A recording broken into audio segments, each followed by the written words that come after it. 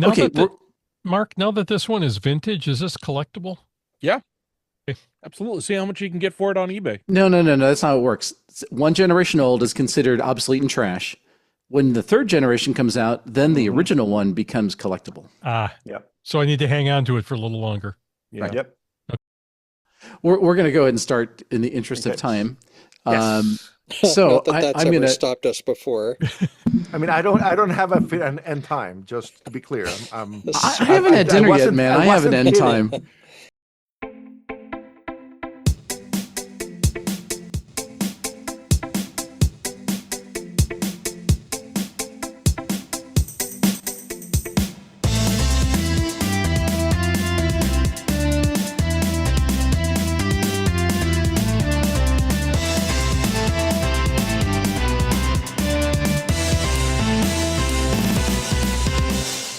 We're going to roll it in 5, 4, 3. Welcome to the Ham Radio Workbench podcast, your biweekly deep dive on technical topics of interest to the radio amateur. Well, if this is the first time you've joined us, we're really happy that you're here. We have over 250 episodes in our back catalog. You can find them all on our website, hamradioworkbench.com. You can connect with us on our Facebook page. The group is Ham Radio Workbench, and also on our Discord. And you can find the link on our webpage to that Discord. And we have several channels there, from everything from portable operating to what's on your workbench to technical topics and even some non-radio related stuff. Who would have imagined that? So check that out on the website, hamradioworkbench.com. And you can also chat with us live and direct on the Brandmeister DMR Talk Group 31075 or our All-Star Node 55915, which is starting to see more activity. So I'm happy to say that. Paul and others, Vince, you guys have been on lately. That's been pretty cool. So anyway, we'll have to get more people on there.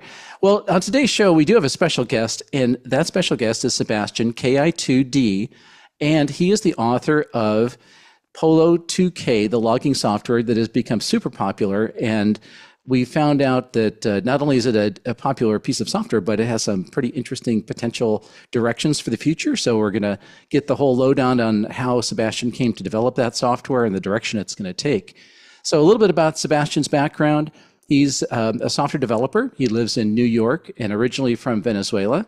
He got his license in one of the first rounds of remote testing at the start of the pandemic back in 2020. And he's been going down lots of different rabbit holes. So he's perfect for our show. Besides being interested in ham radio, he's a principal software engineer at a software startup, which begs the question, how does he have time to do this logging software? But perhaps that's too deep a question. I ask myself the same thing. And also, he's an avid contest or DX or POTA activator. He's part of an organization that is running the CQDX Marathon. He's the representative for the Hudson Division to the ARRL Contest Advisory Committee. He's a member of the Grid Tracker Development Team. He's active with his Sullivan County Aries and Races groups. And of course, the developer of Ham2K, a portable logger known as Polo. And not least of which, he is a father and a husband. Of course, that's, takes most of the time, I'm sure. And I hear he makes a mean paella. So, we may have to have a meetup at some point to discuss that further. Sebastian, thanks for joining us. We need to organize that. Thank you for having me. I'm very happy to be here. Boy, go ahead. That list just doesn't seem long enough. You're a slacker. Yeah, Is that I know, all I you know. can do in your life? I'm just getting started, Mark. Give me a Great break. gravy, man. How do you have time? Well, no sleep helps. Well, no sleep yeah. helps. Yeah.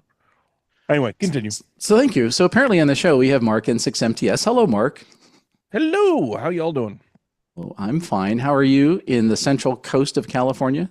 I am great, and I will talk about things that are awesome and some things that are not so awesome going on with me in my workbench. Don't worry. Personally, everything is great.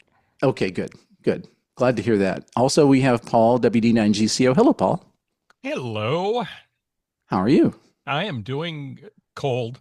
You're It, it sounded like you were complaining that you're getting Canadian weather. Yeah, I live near Chicago, and it in the last 3 days it dropped almost 40 degrees or 25 degrees. It's now currently 14 degrees outside. So it's winter. I get that. I'm just not necessarily happy about it. There's a reason my people moved to the West Coast. Yeah. And that's kind of part of it. But by the way, we have you to blame for bringing Sebastian on the show today. So thank you for doing that. You're very welcome. Awesome. Thank you. We also have Thomas, K4SWL. Hey, Thomas. Hey, how's it going? It's very well. How are things on the East Coast? Things are going well. I'm a little further east than I normally am. I'm in Raleigh right now, hanging out with my one of my daughters, and my wife and I are hanging out with her a little bit this week. She goes to NC State, and so we spent some time here in Raleigh, which is always kind of fun. And I've been fitting in a little bit of radio, which I'll talk about. Fitting in a little bit of radio, isn't it like radio and fitting in a little bit of family? Isn't that the normal? Don't say that. Don't say that. Not thought bubble. Sorry. Way. Yeah, it kind of does. I have this particular time. I think I've added two new parks to me, two new to me parks. And it's just kind of fun though. That's the great thing about it is like you have this excuse to go out and find new parks, and I've been trying to do that. It has been, for what it's worth, Paul, probably not as cold as you have had it today, but man, oh man, it was chilly today when I did an activation. It's gusty, and yeah, my fingers, they've thawed out now though. Did you find the gloves that you can do CW with? I did, and I needed them today. And I found out that I can actually not only hold my KH1 with gloves on, but actually log and key with it on, which kind of blew my mind. I didn't think I'd be able to do that. So, well, also on the show today we have Vince, VE6LK. Hello, Vince. Good evening, noon. How's everybody? Very good. I think you're the northernmost participant this evening. I think I am tonight. And are you in typical Paul type nasty weather, blaming Canada for your bad weather, or what? It was 55 freedom units here yesterday, and 40 freedom units here today. All the snow we had has melted. Almost all the snow we had has melted. However, there's still ice on the streets because in the cul-de-sac where I live, they save budget and they don't plow. Whatever. Yeah, thank goodness for winter tires. Oh, very good. Well, so before we jump into the Workbench Roundtable, I do have a couple of announcements, a couple minor ones, and kind of a sad note. But let me just get a few out of the way. We do have some power strip kits. I think they're still in stock at DigiKey, almost gone. And we also have a whole mess of Pactenas and station controllers in stock at DX Engineering. So that's cool. That's always hard to keep things in stock, but surprisingly, things are in pretty good shape there. So that's all great. But unfortunately, we learned today, the day of this recording, that a fellow ham radio operator that we all really thought a whole lot about has passed away, and I wanted to mention that on the show. And that is Russ Woodman, K5TUX, and you may know Russ because he is the host of the Linux in the Ham Shack podcast. And I found out this morning that he passed away after a short illness. And I'm just really sad to hear that because I love Linux in the Ham Shack. I've listened to it for a long time. They've produced over 600 episodes of content. I mean, it's a lot of stuff. Loads of fun to listen to because besides helping teach me and countless others about Linux, he always brought in other fun and interesting things to talk about, other life things, not just radio. And Russ is going to be very sorely missed. And I'm sure this is just a terrible thing to go through, especially for Cheryl W5MOO, who is Russ's partner on and also participated on the show. So you can't imagine what she's going through right now. And also our friend Bill NE4RD, who is the co-host along with them on the show. So it's just really sad. And I guess the one thing that I can say positively is like, at least, a guy like Russ really spent a lot of time and helped a whole lot of people learn a whole lot of stuff. And we really appreciate that. And so I just want to say a thank you to Russ for all the years of great content and effort that he put into the podcast. And we're just so sorry to hear about his passing. Yeah, when it came to Linux, he and Bill walked the talk. And if you go back and listen through, I mean, I listened to it even though a lot of what they were talking about went way over my head. Mm-hmm. There's always something interesting to pick out, and there's a lot of knowledge that's in there that you can go back and glean.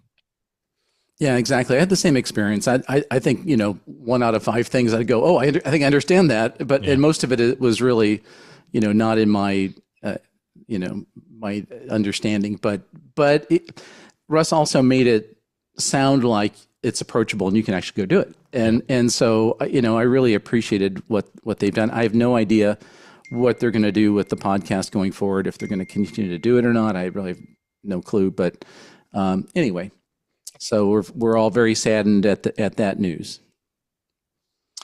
Okay, so what we're going to do is we're going to shift gears over to what's on the workbench. And Sebastian, you get to go first since you are our guest, and we want to learn about what's on your workbench. So this is a big responsibility in the show. I mean, I have to say, I prepared for this.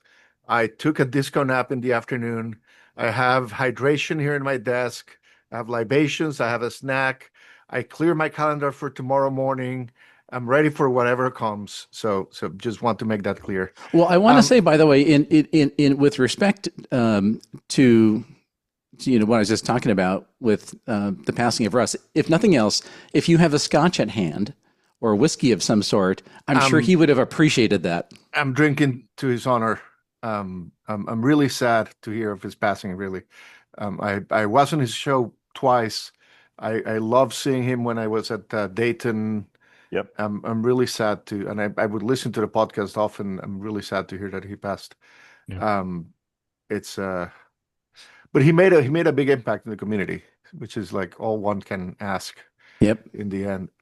But anyway, what's on my desk? What's on my workbench? You can, if you're listening to this on the radio, you can see what's on my camera. But I have a lot of stuff behind me in my basement / workshop / home office. I've been working a few months ago. I surprised the POTA, the New Jersey POTA group. They have a meetup the last Sunday of every month. And I found out they were having theirs, and it was about an hour and a half away from me, and I decided to show up. And when I did, a guy came and opened the trunk of his car and unloaded a bunch of batteries from a server rack UPS. They said, whomever wants this, take them. So I ended up with a lot of little, like 5 amp, 12 volt cell gel batteries. And I have like 200 amp hours of these in total. And I've been putting them in the red Milwaukee stackable cases. They fit 6 of them just perfectly. And I put some power pole connectors, and those are my POTA, my truck POTA kit. They're definitely not packable. And I recently decided to also try to use them for my power supply here at the shack. So that using a power gate to connect to the power supply and the batteries in the middle, it stabilizes and reduces the noise and all of that. So that was I patched it up to give it a test, and now I want to make it more permanent and nice installation. So you got 6 of those in one of the pack out containers? Yeah. And so are you going to have one pack out, or are you going to snap a whole stack of those things together to make a Powerball? I have 2 pack outs right now. One of them is in the truck always. And the idea of having 2 is so I could rotate them while I charge them. But one of them is now, in fact, if you're actually seeing here, you can see it there in the bottom of the desk next to the power supply. I'm probably going to do it with like 10 or 12 of the batteries for the permanent installation. That's too heavy to be carrying around by hand, but it's fine to set up at the shack. And I still can build like another 2 of those pack out boxes, 30 amp each. I was looking to get some nice LiFePO batteries for my portable kit, but this was free, and so I'm putting it to good use instead of sending it to the landfill. Yeah, and that that makes me me happy. Price either. Free is good is kind of my mantra. Yeah, no, that's for sure. I'm also getting the station ready for the North American QSO Party phone edition, which happens this Saturday. I like contesting, but as you've seen from my introduction, I don't have that much spare time. So it's hard for me to take the contests that last the whole weekend are a lot harder for me, but the QSO party is only 12 hours, so it's a good opportunity to go put in a full effort, and that's going to be fun. What else I'm working on? I'm planning on putting a loop on the ground antenna. I've been looking at beverages and beverages on the ground, and decided to just dip my toes into that world with just building a small, quote unquote, loop on ground, and take it from there. See how well it works. And we had a guest some time ago, Gary W9XT, yep, who talked about beverage on ground, loop on ground. I heard a whole episode, took notes. Yeah. It's been that show was one of my sources of information. Wonderful. Vince, do you hear that? We were a source of information. You were useful. Wow. And somebody listened. I mean, I'm just saying this to make your guys happy. But yeah, sure. I heard. No, it was very useful. And I'm on the non-radio side. I'm in the slow process, and this has been put in the sidelines many times, of converting a horse trailer into a camper. That's mostly because the horse trailer is a perfect size for a queen size bed. I like camping, but I also like sleeping very comfortable. And that trailer was a perfect size, so we're building a nice setup there where the bed lifts up, so you have room underneath during the day to sit around and do stuff. But yeah, that has suffered a bit with my other radio and activities. Because I don't really have that much free time anymore. Yeah. So I got to ask on this camper thing. So are you making it like a camper? Oh, and you'll bring some radios into it, or are you going to like deck it out with the radio gear in the trailer? No. I agree with my wife. The camper was not for radio, but I don't think she can hear me here. But we're building it in a way that I can take out the non-radio stuff in the camper and make room to put a temporary station inside the camper if needed. So those rails and those attachment points that hold the bed and hold the chairs and all those stuff, it's an accident that they happen to coincide to where I want to put the station. Funny how that works. Accident. Yeah. It just happened. I don't know. It just happened. I was just trying to do something modular in here. They happen to match the model size I wanted for the radio gear. What's your tow vehicle? It's just the Tacoma, Toyota Tacoma. Okay, because my tow vehicle is a Prius Prime plug-in hybrid. Yeah. And therefore, I would not be able to tow a horse trailer, even if it had no horse or camper in it. The horse trailer is on the lighter side of trailers, but it's still a full-size trailer. Yeah. So I've been looking at the idea of building a foamy. Are you familiar with those? Yep. Yeah. We talked about it on a previous episode, and my brain has been churning nonstop about how I would want to build a foamy, but I just don't have the time or the resources at this point to actually get along with it. And you were asking earlier how I find the time. A lot of these started the moment the kids left the house. So if it's empty nester syndrome that opened up a lot of free time. And just like hard drive space, I filled it up immediately. Of course. Yeah. Nature abhors a vacuum. Yep. Yep, I know exactly what you're going through now. Like, I even had like this like overlap of the stuff I knew I could fit in before my daughters left the house. Yes, and I it was like a perfect bridge into still having a full plate. Yeah. And so did you guys practice the tier as the kids are leaving the house, and then as soon as the door slams, there's a high five? Is it only us? It's no, you can be both happy and proud to see them go, and happy for all the free time you get, and sad because you'll miss them. It's okay. Exactly. We contain multitudes. We don't have to feel one single way at a time. It's like that's life. It's complicated. There you go. That's a fact. And I don't know what else I'm building. I mean, I'm trying to come up with better controls for my Flex using some MIDI controllers. trying to improve my Node Red setup for the station. That every now and then, yes, Paul, I saw that he has a control with 4 dials coming up. I was just emailing him today, and apparently he's going to start selling them very soon. Yeah, And I want one. I'm going to try to get one. By the way, before you go on, since you just are a little Yeah. thing here, say whose product it is you just talked about. That's the what's the name you Linovation.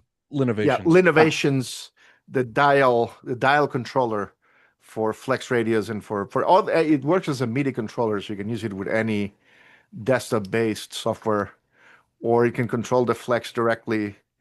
And so yeah, trying to get the station to be more efficient as usual, trying to automate as much as possible. For contesting, that makes a big difference. You don't want to waste too much time trying to get your antenna switch and your radio antenna port selections to disagree when you're trying to switch bands and quickly, especially if you're doing single operator 2 radio and trying to get 2 bands going and all of that at the same time. The more automation, the better. So this week I was spending a little bit of time on that to get ready for Saturday's contest, which I just told. I mean, I don't know if you make these episodes timeless, but that basically gives you an idea of when we're recording this. Yeah, but I think that's about it. We've been building a Meshtastic network here in Sullivan County. That's another big project we've had. I've been building solar nodes using Lowe's patio lights, the solar lights that you take out the light and use the panel, and it all fits inside. I was building one to put on top of my truck's roof, so I glued some magnets using epoxy, and the magnets kept falling off in the cold, so I ended up putting more and more epoxy until they stopped falling off. That's the scientific method, basically. More glue. Need more glue. Yeah, trial and error. Yeah. But yeah, trying to get the network going. It's fun when we managed to connect with a few other people in the area, and now we have about, I don't know, 200-mile hops. I mean, total connections end to end in a few hops, because we got some nodes on top of mountains that can see each other from like the Catskill Mountains down to northern Jersey, down to eastern Pennsylvania. That has been a fun thing to do in the last few months. So is the system you're talking about, is it in ham radio mode, or is it in unlicensed mode? In unlicensed 900 megahertz, in part because we want to build it so other people can use it without requiring licenses. Is there much traffic on it? I mean, do you if you sit there and monitor, do you see conversations, or what have you seen? There's conversations. There's more than a few. There's about a dozen or 2 dozen messages a day. In New York City, there's more than one network, actually, the different frequencies, and every now and then the mesh connects with our mesh, and we get a flood of messages from the city. That's something that I think that Meshtastic has to better figure out, how to build like regional networks in a way that's sensible, and pass messages. The channels are meant to do. The channels help, but you still get their traffic using your airtime if they're not meant to be passed. Okay. So you can remove the general channels so that you don't pass traffic.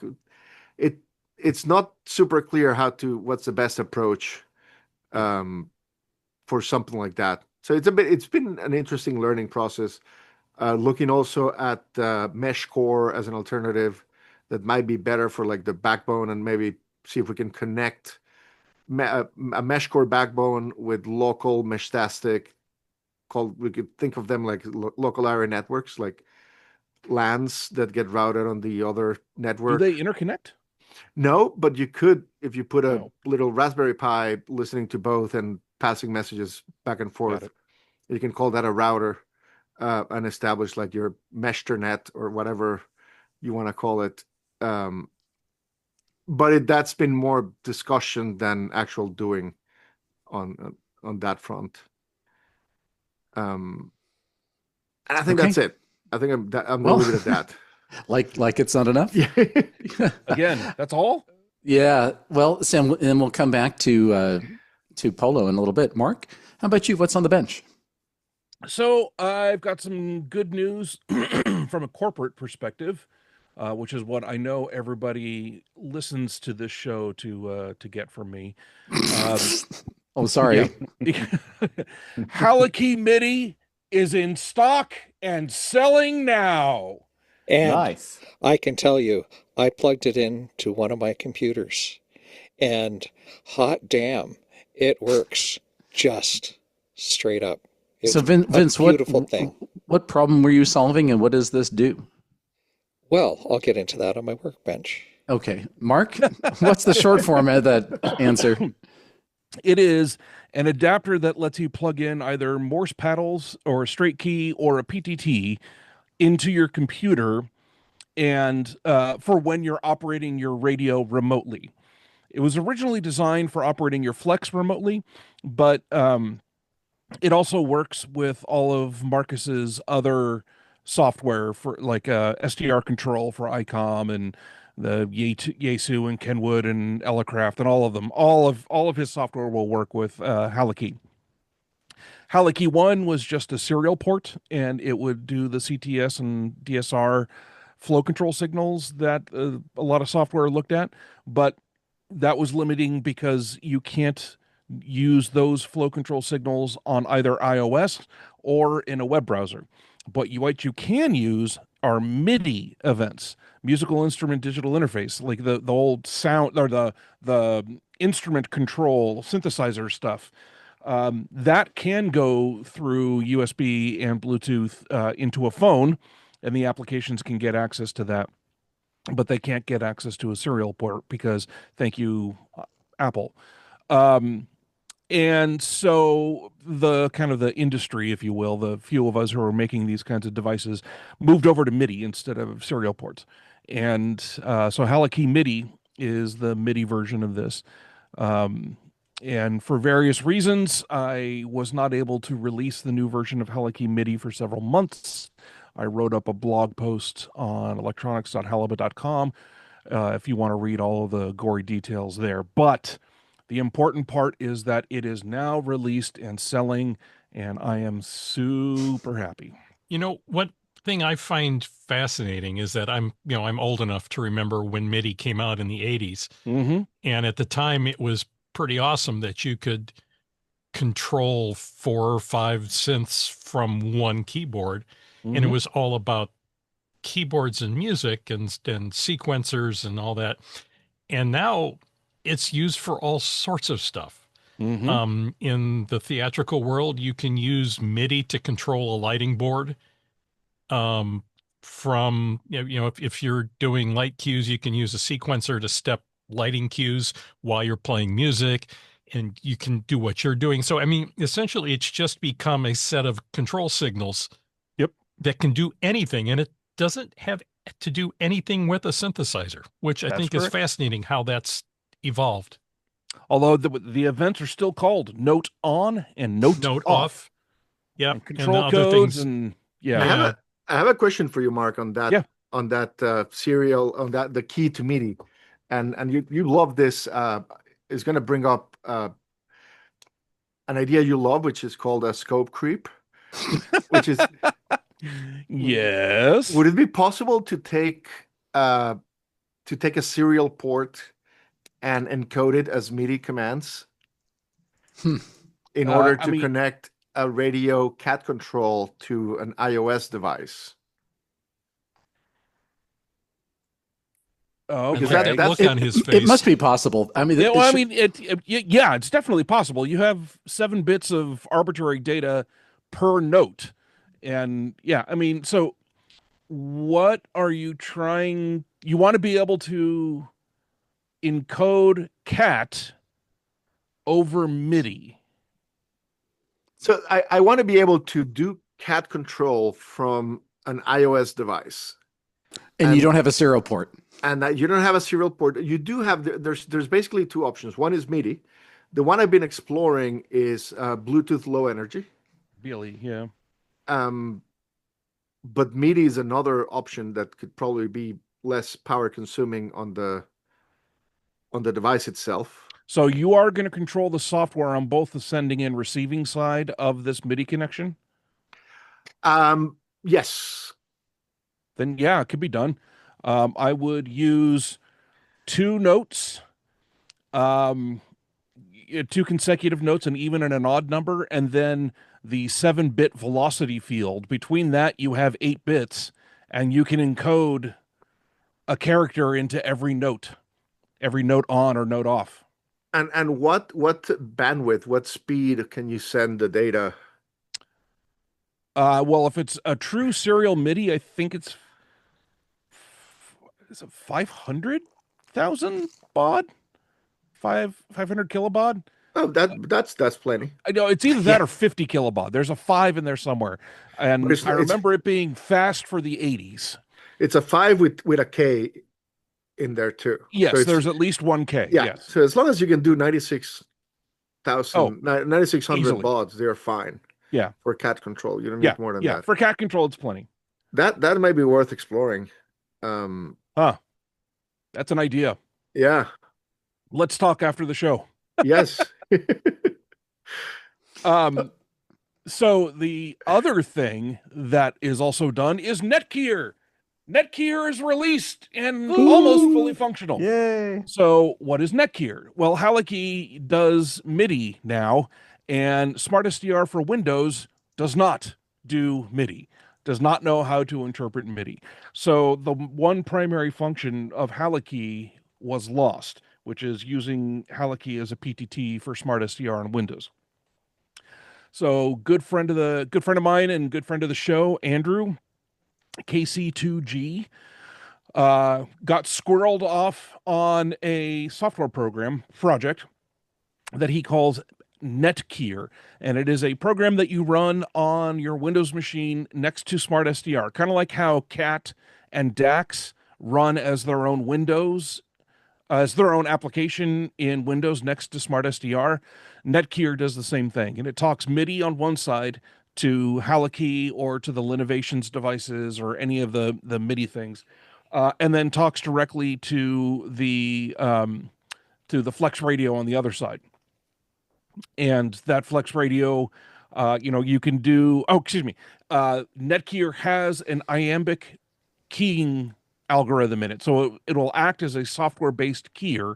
It generates local side tone. It's very low latency. Andrew has put a lot of effort into making it incredibly low latency, but it also works as a PTT or a straight key, and it will preserve your fist very precisely if you're using it as a straight key interface.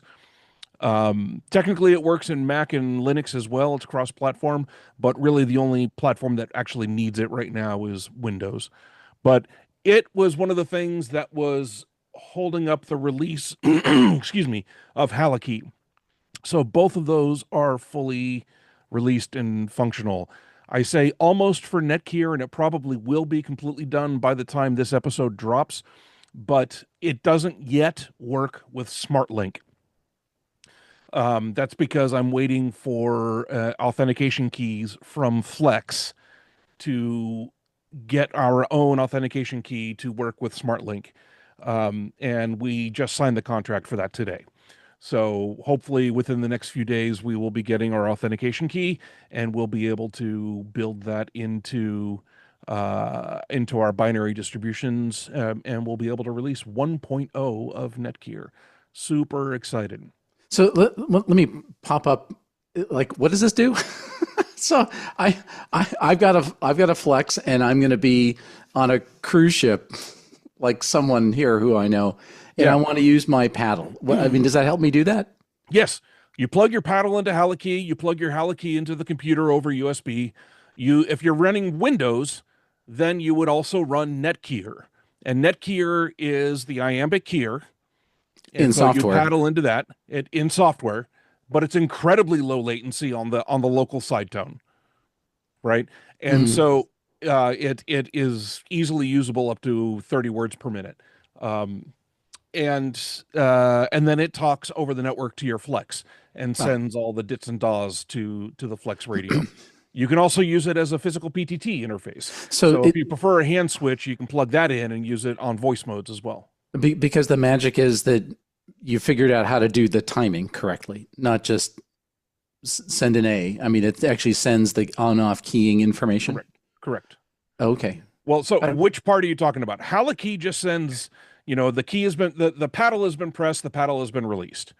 And then the software Netgear turns those paddles into dits and DAWs and sends those dits and DAWs over the network to the Flex radio. And the Flex is an API that lets you encode dits and DAWs as timing signals that you send. And that's what the Flex, that's what SmartSDR does on Windows. Is just that SmartSDR does not have a way to connect with MIDI. Correct. So SmartSDR on Windows does not have an iambic keyer. I think you can hook up a straight key to it, but it does not have an iambic keyer. So I think you can do the CWT, which is the text input. So you pull up a window, you type the text, and it then keys it on the radio. Yes. Yeah. But I don't think there's a way to jack in unless you have a Maestro. Exactly correct. Yes. Yeah. And Maestro uses a hardware microcontroller based keyer. It's a Win keyer. But basically the API supports that sending the dits and DAWs as time. Correct. It's send 30 milliseconds of dit and pause for 100 milliseconds, then send 32 milliseconds of dit and so on. It's not of dit. It's of, the key down for so many milliseconds. Key down for this much and key up for this much or yeah. If we want to get really nerdy, the microcontroller in HWRB MIDI actually measures the time between each of the events and sends it as the velocity in the MIDI event. So the software Netgear can use that, and if you have it in straight key mode, it will pass that timing information over the network directly to the Flex. So it is exactly preserving your fist. I have a question. If it gets to 88, do I jump to a different century? Yes, it does. Yeah. Thank you. Yeah, only 30 years in the past or future. Right. Excellent. George, the HWRB MIDI is a lot cheaper than a Maestro too. I'm just saying. I hear you, but hence the reason to buy the Maestro, because well, speaking of Maestro, George, you just need both. Yeah, of course. So actually, the Linovations knob thing, does that do this, or does that? Yes. Yeah, it does that built in. So if you have the Linovations thing, you're kind of good to go. Yes, the Linovations is a superset of HWRB. Okay, but if you don't have the, go ahead. It won't connect to your Flex over the internet. It won't do. So it can work on your local network. Or if you figure out a way of doing a VPN, but it cannot connect to your Flex remotely because it doesn't have the. Doesn't do SmartLink. Doesn't do SmartLink. So you need to use it with a piece of software. In my case, because the club's Flexes are on remote ham radio, I use the RHR web page or the desktop app for that. Yeah. Or if you use Smart SDR or whatever. Yeah. So if I have the Linovations knob, it doesn't USB plug into the laptop. It talks. There are multiple Linovations devices. CTR2-MIDI connects over USB to a computer, and that does the same thing that HWRB does. So you can use a CTR2-MIDI plugged into your computer with Netgear and do the exact same thing that you can with HWRB. And I can tell you, because I was reading the website today, that actually the new way he describes it is that all of the devices can be MIDI devices or can be network devices just by changing the firmware or rebooting in a different mode. Okay. So in MIDI mode with Netgear, then that will work. But the network mode, it sounds like when he tries to talk over the network directly to the Flex, but they don't support Smart SDR. Or I'm sorry. Not They don't it doesn't support it directly. SmartLink. It doesn't support it. You could use something like Tailscale and do a VPN, But and that's have not your SmartLink. travel router and connect to your local network, and then it would work. Yes, But it that's doesn't not work out of SmartLink. the box, and it's not SmartLink. Yeah. Okay. And I don't think it'll be easy to implement SmartLink in that device, in the hardware. The networking stack of that hardware might not be able to do SmartLink, or Yeah, maybe it well- can. I don't know. Yeah. I'll bet you it could. Okay. So, What? Vince, increment the rat hole counter, please. Oh, geez. We're already several at Sorry, times. three. Yeah. you already pinged it 3 times just on Yeah. this topic alone. Yeah. Yeah. So just one final question, and then I will release it back to you, Mark, to continue. So I need some shopping advice. I have a Windows laptop. I'm going to be on the road. I want to connect from my hotel back to my Flex, and I want to be able to use a paddle while I'm in the hotel room. What do I buy?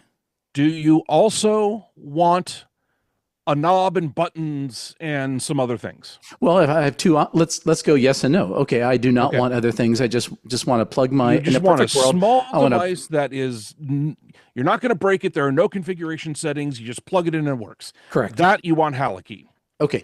Question number Okay. 2. I want to go big time with a knob, with the knob and the buttons and the extra features and whatnot. That you want the Linovations. and it will. But Sebastian, I think you just said it doesn't just work like out of the box that way. And the MIDI mode doesn't interface well with Smart SDR on Windows. Well, it won't interface at all with Smart SDR on Windows. Right. I mean, there's it doesn't. So the MIDI, the Smart SDR for iOS and for Macs supports MIDI devices, so you can use it perfectly fine there, but not the Windows. And that's the problem that Netgear solves.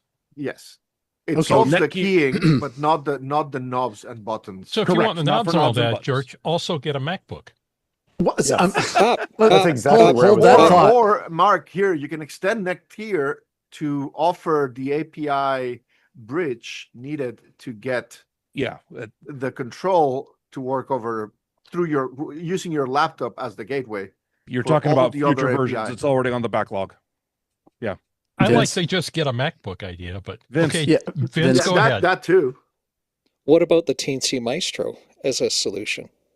The teensy, Because the Teensy Maestro, we had Len, KD0RC. yeah. He came on our show a little while back. And now G7 UFO has released the KD0RC Teensy Maestro as a full kit, just under $400. Yes, I've put a So- link in the show notes. That is 10 times more expensive than a HoloKey. Yes, it is.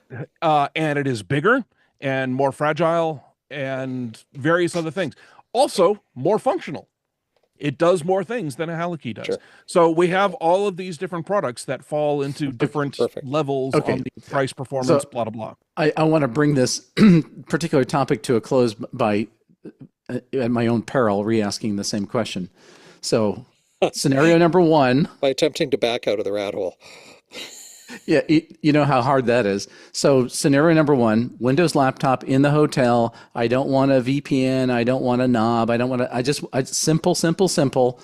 I'm running Smart SDR on my laptop.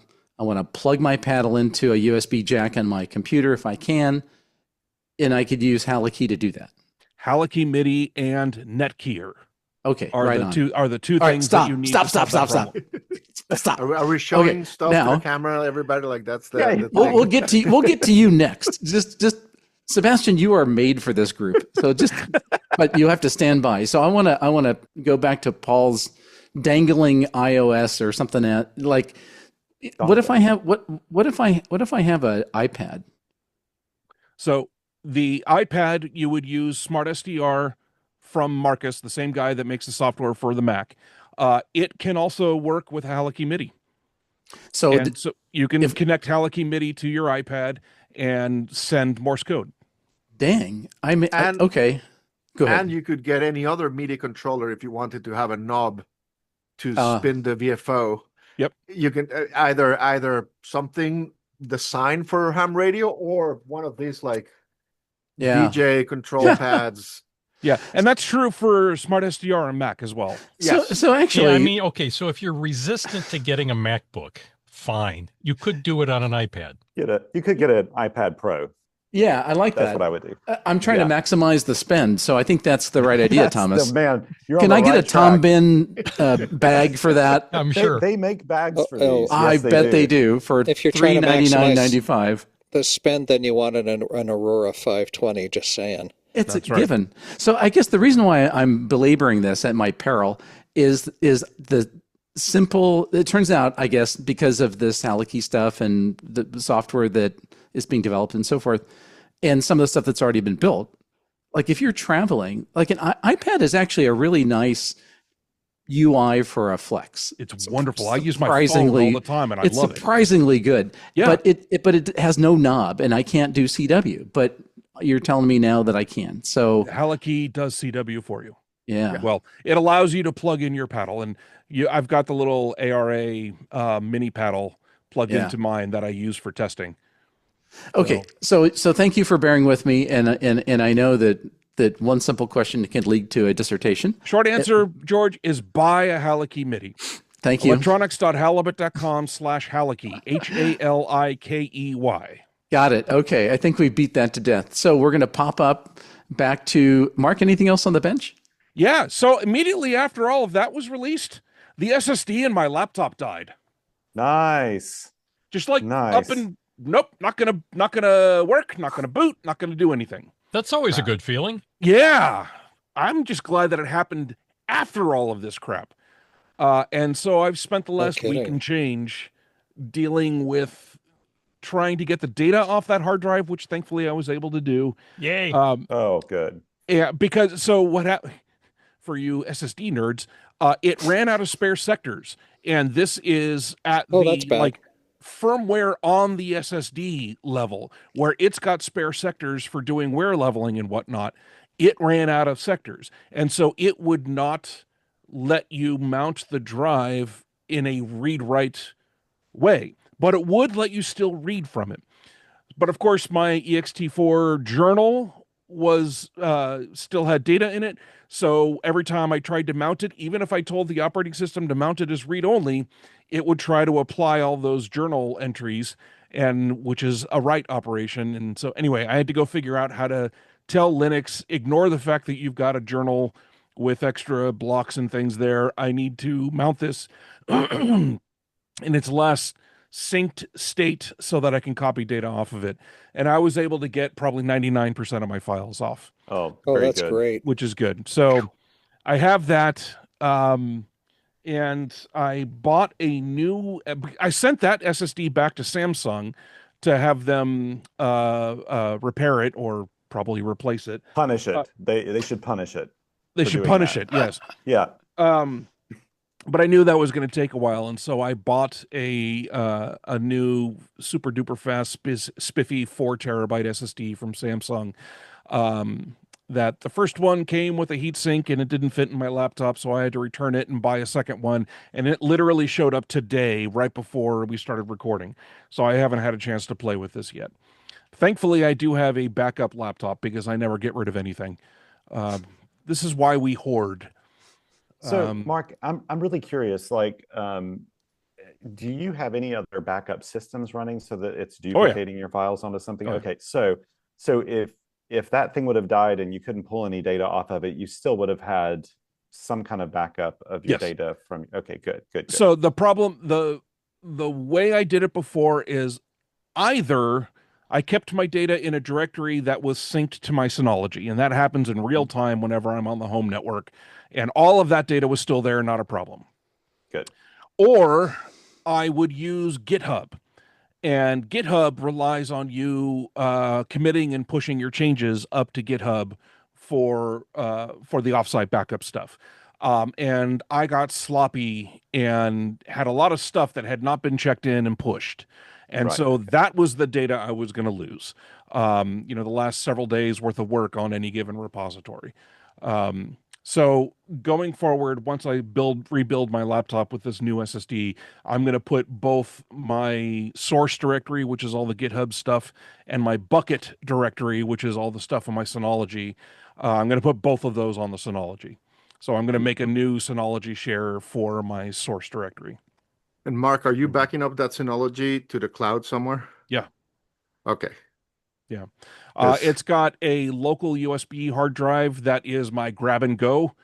Like if the house is on fire and I need to GTFO, or if the nuclear power plant by me goes hot, I grab the USB drive and run out of the house. But I also have offsite backups to my data center up in Fremont.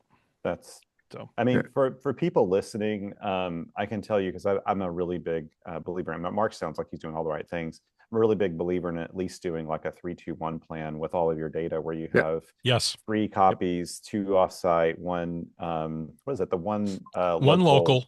one local physical. Like I usually have a hard drive and then 2 offsites where I keep stuff, and I do. And then And a it's cloud. preferably to have backups on different systems. Even if Yes. you, a lot of people say, Yep. well, I have it on 2 different Dropbox. systems. No, have one copy on Dropbox and then a complete Yep. duplicate using something Yep. else. Subscribe to You want something an like easy- like Yep. Backblaze or Yep, Carbonite I or was going something to say like that. Backblaze, Carbonite. There was another Yep. one I used before. I used Backblaze. I've been using them for a long time. Me too. And I include my GitHub repositories in that backup, because you never know when. Like right now, the way I see it is that at worst, I will lose a couple of hours of work and a day recovering the data, downloading it again or something like that. But that's my worst case scenario. you're much better at committing and pushing than I am. If you're only Oh, losing no. a day. It's not, it's because my GitHub repos, all my local repos are also backed up to Backblaze. Yeah. That's why I feel that way. Yeah. So the theory is you have one local copy you can get to in a hurry. Yep. You keep 2 copies offsite in different locations, like one at a family house, one at a friend's house. In case a tornado hits one of them, you don't lose it. And then another copy up in a cloud somewhere. So, And the local copy is because when you lose your hard drive, not if, when, that local copy will make recovery much faster. Hell of a lot faster. Yes, that's exactly right. Yeah. Yeah. Like So with my anyway, Mac, that's I what always I've been dealing with. yeah. All right, Rabbit so- holes. Anything else on the bench? I ask at my peril. No, I still haven't had a chance to test those common mode chokes that you and I were talking about. Okay. For Yeah. the same reason of all of this. Yeah. Looking forward to that when the dust settles. Yep. All right, That's Paul. Paul, what about you? What's on the bench there, old man? Well, I looked a little bit. I've got, and you and I will need to work on this offline. I've been playing with my DMR hotspot. Still can't talk to it, so that's a thing to work on.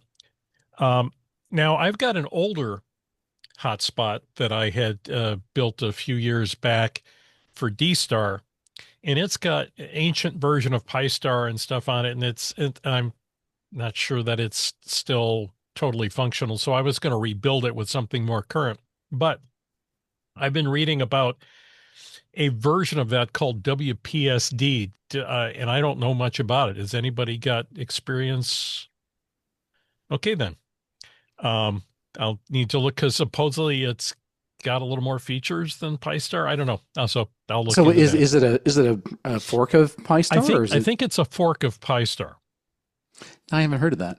Yeah, me either. So it's something I'll look into. Otherwise, I'll just rebuild it with a new version of Raspbian and a new version of current version of Pi-Star, and then I'll play with it in I've got the Kenwood D74 for doing D-Star, which I haven't done in a long time. So I want to get all my hotspots talking to stuff.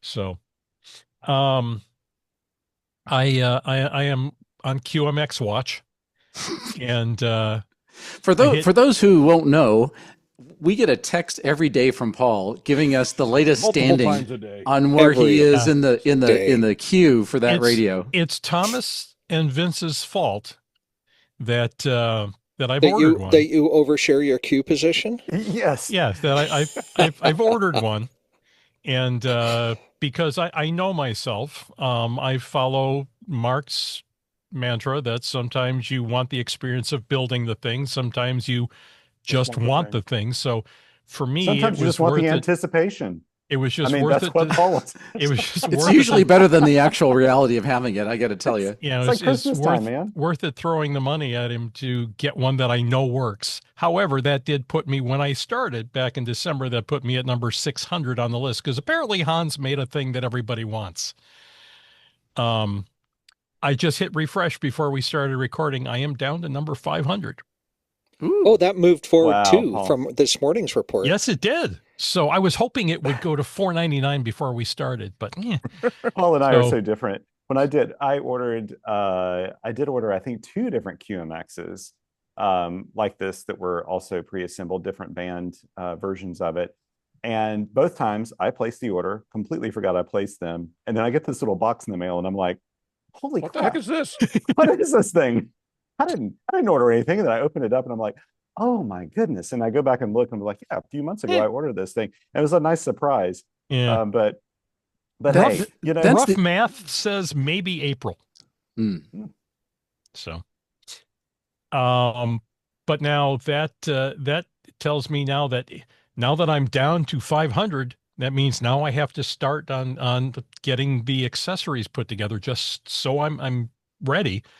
So this trip in the fall.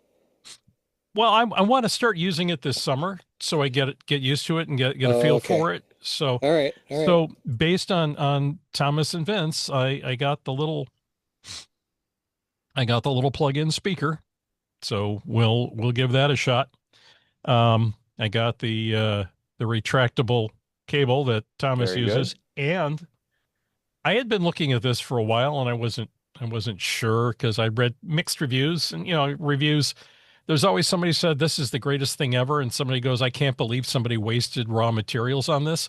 So I always throw those out, and I look at the middle, and then I said, well, why don't I ask somebody who might actually have one and that I trust? And well, that was Vince. And so I know it's shocking to some. And I know. So he said he had one of these, so I went ahead and ordered it, and it just showed up this afternoon. So I got off of Amazon the little PoTA, I think is the yeah, it's a PoTA or a PoTA knockoff. Yeah. So this one is actually from PoTA. Says it on the box. Wow. So I got the little stainless steel paddle. Mine must be a knockoff because it does not say PoTA. And I just got done tweaking the settings, and I've got this hunk of steel that I got from George. So I have my travel paddle now. So this will go with me. When I'm this is going with me to work. I've got to order my Haliki so that I can sit there on my lunch hour and plug it into my iPhone and practice doing code. The nice thing about that key is, well, 2 things. Thing number 1 is, if it did fall off the boat, you wouldn't cry that much. It's not like buying a Bengali where you just jump in after it, right? Yeah. The other thing is that those are pretty robust. Yeah. They're not meant to be stepped on, but they're made with really pretty decent parts, and it's pretty solid, and it's got a very good magnet. If you put a metal strip on a clipboard, and you can slap that thing on the metal strip, it works great. You can carry that. If you're keying, I was going to say, if you're keying on top of your car during an activation and you forget to take it down, it'll stay on the car at highway speeds. There you go. The magnets are so good that if you pick your car up by the key, you'll be able to do that. You'll need 2, Vince, just to be specific. It depends on whether it's an F-150 or a Prius. I will say this. So my buddy Vlado has one of those, and I think it's a great key. He did have one issue with his, and I don't know if it was the original PoTA or whatever, or if it was one of the knockoffs, but the only weak point in that, and he kind of looked at it, and he's like, this is the only weak point, is the switch itself. The switch is does it switch between left and right? Left and right. And he said that is a little prone to wear out. It's not the highest quality switch, but you could have, your original one may have a better switch in it, but just be aware of that. I think that the other, now that let's hop on it. The only other thing that I would be careful of is the contacts are not what you get in a really expensive key. Like in a really expensive key, you'll get like, gold plated contacts that don't oxidize, and they're made with, deoxygenated steel or, whatever, unobtainium. It's basically, some piece of metal that touches another little piece of metal, and it's fine. It's just fine. But it's not like a delicate little thing.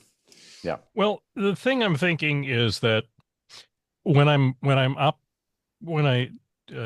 get comfortable enough to do it, when I activate locally and I'm driving in my car, that's what I've got. I've got my Brown Brothers, my full-size paddle. This can go in a backpack to, if I want to hike into a park, or this will probably go with me to Ireland. Because I'm hoping by September that I'm good to go with CW again. But if this works out well and I feel comfortable, then I can start looking at some that cost a little more. Like the thing is, you hang around with you guys and walk around 4 days in May or Xenia, and I'm looking at little portable keys that cost a lot more than this one, and so I just need to get really comfortable, and then we'll consider something a little fancier. Yeah, I think that's a great choice for that application, for like a trail key or a travel key. I think it's a really great pick. Yeah. I need to do a microphone for the QMX. Now, since K6ARA stopped making them, you can still print out the body, but I wanted something a little more rugged. So now and you guys talked me out of this. I've got one of the Heil HM4 handy mics, which is... I'm sorry, did you say that we talked you out of buying something? No, you talked me out of gutting my Heil and putting the electrode element in it, because I got it at a flea market for a price I could not say no to. And I thought to myself, I knew Bob would probably be okay with me modifying it. But of course, if I put an electrode element in there, Bob would probably come back and haunt me. So indeed he would. Because it's kind of like a standard, like a Shure SM58's body style, but it looks like you washed it in hot water and then threw it in the dryer. So it shrunk, and it's the perfect size for this, and it's nice and rugged. And then Vince said, well, I got something for you. So Shure put out years ago, they put out it's a automatic mic mixing thing where it's for unattended, like in a lecture hall or like at a church, where you don't necessarily have a sound guy turning the mics on and off. So these have custom electronics in them and 2 elements, and one element faces forward, one element's pickup pattern is to the side. So the electronics in the mix, and these mics only work with these mixers. So the electronics listens to the microphone, and if the sound coming from the 4 straight ahead element is louder, it assumes that you are talking into that mic, and it turns that channel on. If most of the sound is coming off the side, it assumes it's one of the other mics, and it leaves it muted. The nice thing about it is it's got the same form factor as my Heil Handy mic. Vince has one that's all the electronics are out of it, which I would have to take out anyway. So he said, I got something for you. So it is currently on its way from Kazakhstan. And the only thing I have to do is I have to build a little platform to put the little electrode element in. And then I've just got to drill a hole in the side to put in a push-to-talk switch. So you do own a 3D printer to design and print your platform to put the element in? I don't own one, but I have several friends who do have them locally. All right. That's good. One baby steps at a time here. There's nothing like drinking from the fire hose. Yeah. Like I said, at some point, my wife is not going to let me come out and play with you guys anymore. So that will be my mic for the QMX. So I'm getting my bits and pieces put together. Now here's the thing I wanted to talk about: battery, because So last time George, you mentioned that Bioenno had the buy one, get one free on the 4.5 amp batteries. And I'm like, do I really need more? No, but they're half price. So I'm saving money by doing this. So I got 2 of them. But the QMX, as we know, and mine's coming wired for 12 volts, works on 12 volts. If you put 13.8 in it, you let out all the magic smoke. So either I have to get a second battery for that, or I've been looking at using a buck converter. Now, that would be a good option, right? Yes. What current max do you think the thing would take? I looked up the specs. At a full 5 watts, it's like an amp. Okay. So you can get away with a pretty small one. So of course, the obvious thing is any sort of regulator, if it's not a linear regulator, if it's a switching regulator, which is probably ideally what you'd want for size. Yeah. Yes. It's potentially going to generate some noise, but it may not. So it's a little bit of a crapshoot because, there's like nothing you could look at on a spec sheet to say if it's noisy or not. You kind of have to take your best guess and give it a try. But you go ahead. I was going to give him another option. If you're not done, continue. No, go ahead. Interrupt me. I'm used to it. That's why you don't listen. He said, to me half smiling. the time. Paul, the other option is to add some more final output transistors to your QMX. So we had Hans on the show, and he told us that if you double up the BS170s on the final output, that it can handle a full 13.8 volts as long as the output transformer is wound for the 12 volt option. But now that is on a QMX Plus. No, well, it's the same hardware.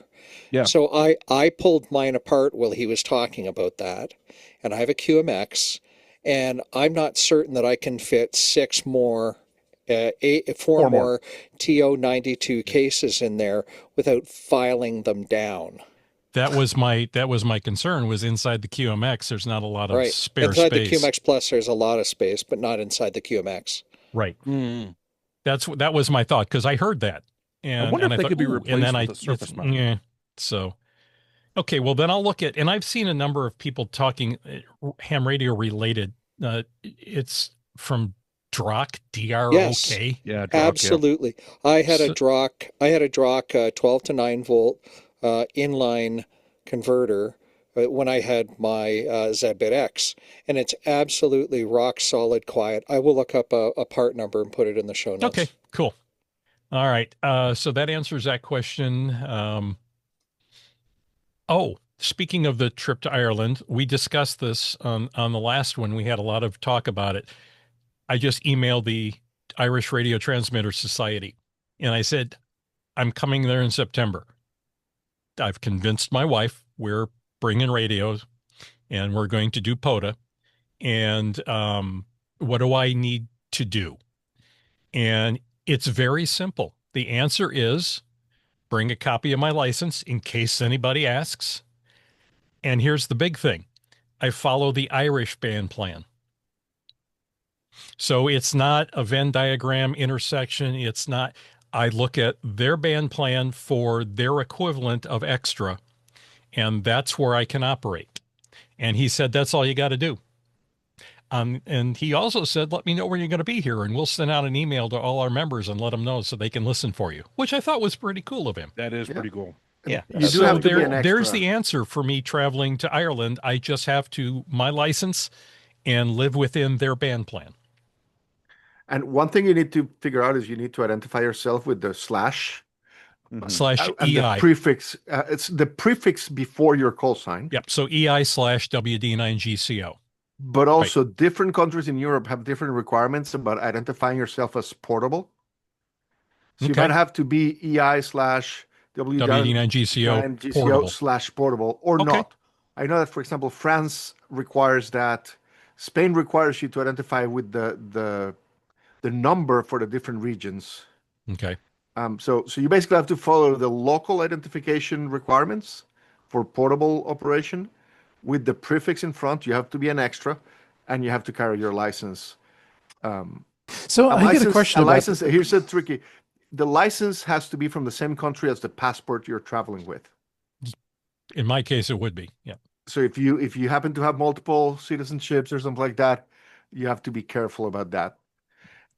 And that only matters. It's the same thing as here. Like there's no FCC police chasing people when they press the PTT button.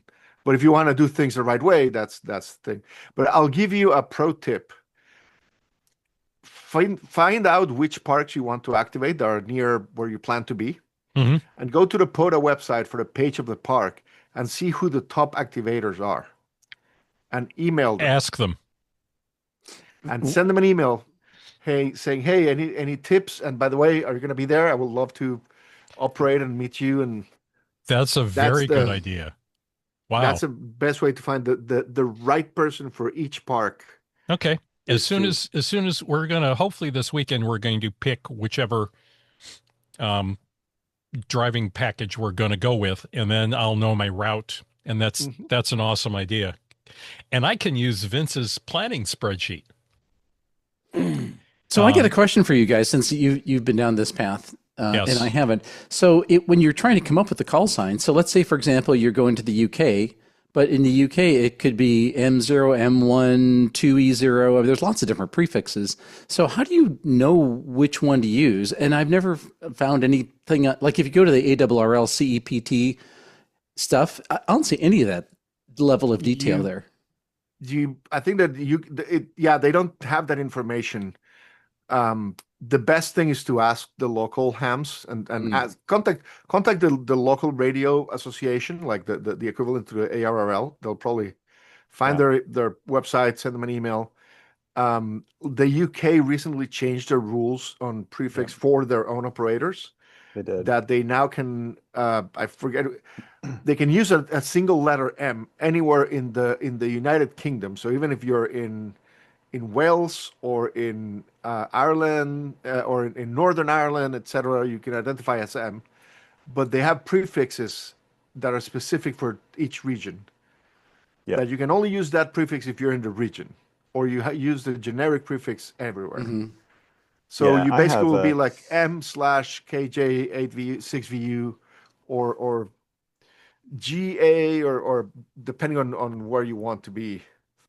Yeah, their license. I've gotten a bunch of people have written to me to tell me about it. I had read about it already, but every time someone contacts me, I think maybe I should do this, because they changed the regulations enough that I could actually change my call sign. You can change your call sign to a vanity call sign. I've got a UK call sign, so I'm M0CYI in the UK, and I and I'm like really divided about doing it. They said, oh, you could get a call sign that you really want.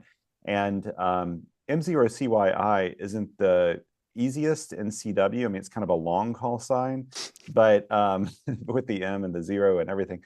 But I also, that's kind of how, it's like giving away one of your names or something. Like, I don't know if I can do it, but it's very flexible now, like what you can do. And every 5 years, if you wanted to, you could change your call sign, which is, it's kind of interesting. And they have call signs for life too. Once you've gotten your call sign, there's no more like sending in a fee or renewing it or anything anymore. They did away with it. But for me, I have to remember, we're thinking about going to Europe this summer. We're not totally sure where or anything yet, or if we'll actually go through with it. It depends on a couple of factors here we have to figure out first. But I have to remember that when I'm in the UK, I'd use my UK call sign, and then when I go outside the UK, I would have to flip back to my American call sign with the designator in front of it with a slash. Because you don't have a British passport. That's right. When you're traveling. Yeah. Mm-hmm. Okay, good. Thanks for the little diversion there. No problem. What else you got? Couple more things real quick. Over the Christmas show, I had talked about Ham Clock. The open source clock that runs on a Raspberry Pi or any other Linux thing. And then there was a company that was making turnkey versions of it, and they kind of stopped selling because the owner is dealing with some major health issues. And if you go to the Clear Sky Institute website right now, which is the home page for the Ham Clock project, there's big red letters on there. It says all support has been stopped for now because they put out an announcement that they're kind of done developing it. And it's open source to the best of my knowledge. I would just like to put it out there that somebody way smarter than me who knows how to do that sort of stuff reaches out to them the community needs somebody to take that on and run with it and keep it going and maybe expand it some more so it could like run on Windows or other things. So I was writing an email to Hans asking him which parameter of the BS-170 was the limiting factor on the 12 volt. So I didn't hear the beginning part of this. Can you say that again? Yes, I can, Mark. Just hit rewind, watch the instant replay. So during the shopping show, I had talked about ham clock. And okay. There's two things. One, the company that was making turnkey versions shut down their store because the owner has got serious health issues and just can't do it anymore. The other thing is the developer of the software, Clear Sky Institute, has kind of just dropped it. They've said that they're ending development and support for it. It's just kind of an orphan out there now at the last version. I think it's totally open source. I would like to put it out there that somebody, either one of our listeners or somebody who, one of our listeners who knows somebody who does that sort of stuff, who has the time to do it, to reach out and say, hey, that's having the time to do it. Or maybe some really out smart developer guys who do like GitHub and stuff. Yeah. Would reach out to them and say, hey, I'd like to at least either take it on or be able to fork it and run with it. Because the Geochron is awesome. The Geochron is not cheap. Expensive. And for those of us who can't justify the cost of the Geochron and the subscription and all that, Ham Clock is an awesome resource. Yeah. And I would really like to see it continue and be developed. So, somebody consider that if you've got the knowledge and you've got the time, reach out. Some of the limitations of Ham Clock are derived from the fact that it was originally designed to work on a microcontroller, not in Linux. And so a lot of the design of the application is built around that assumption that there is very limited CPU. There's no graphics acceleration or anything like that. Right. For example, there is no scaling anywhere. The app has fixed options for resolution, and that is because it comes with pre-rendered bitmaps that it uses for those various different resolutions. And that's kind of annoying when your monitor is not that resolution. The first time I did it, before I picked up one of the turnkey ones from the local estate, but before that I built a little baby Ubuntu computer to run it, and I had to learn how to compile it for the monitor that I was on, and I was limited to it wouldn't run at the native resolution of the monitor. You're right. Yeah. I had to get as the closest resolution, and I had to teach myself how to do that. So, yeah. And I asked the developer at the time, and he said, just remember, I wrote this thing for a Pi on one of those little 9-inch monitors. So not even a Pi. This was written for a microcontroller, not a Raspberry Pi. Yeah, like it's even worse than the original Raspberry Pi. So my fear is that it would greatly benefit from a ground-up rewrite. Yeah. Not it. He says, touching his nose. I haven't looked at the code in many years, so let's put that out there. Somebody consider looking at this and doing something. Either taking this and using this as a starting point and modernizing it, or it's a resource that a lot of us need. that really would be awesome if somebody would continue it on or revise it to be modern. But Yeah. I mean, Agreed. just dying is a bad thing.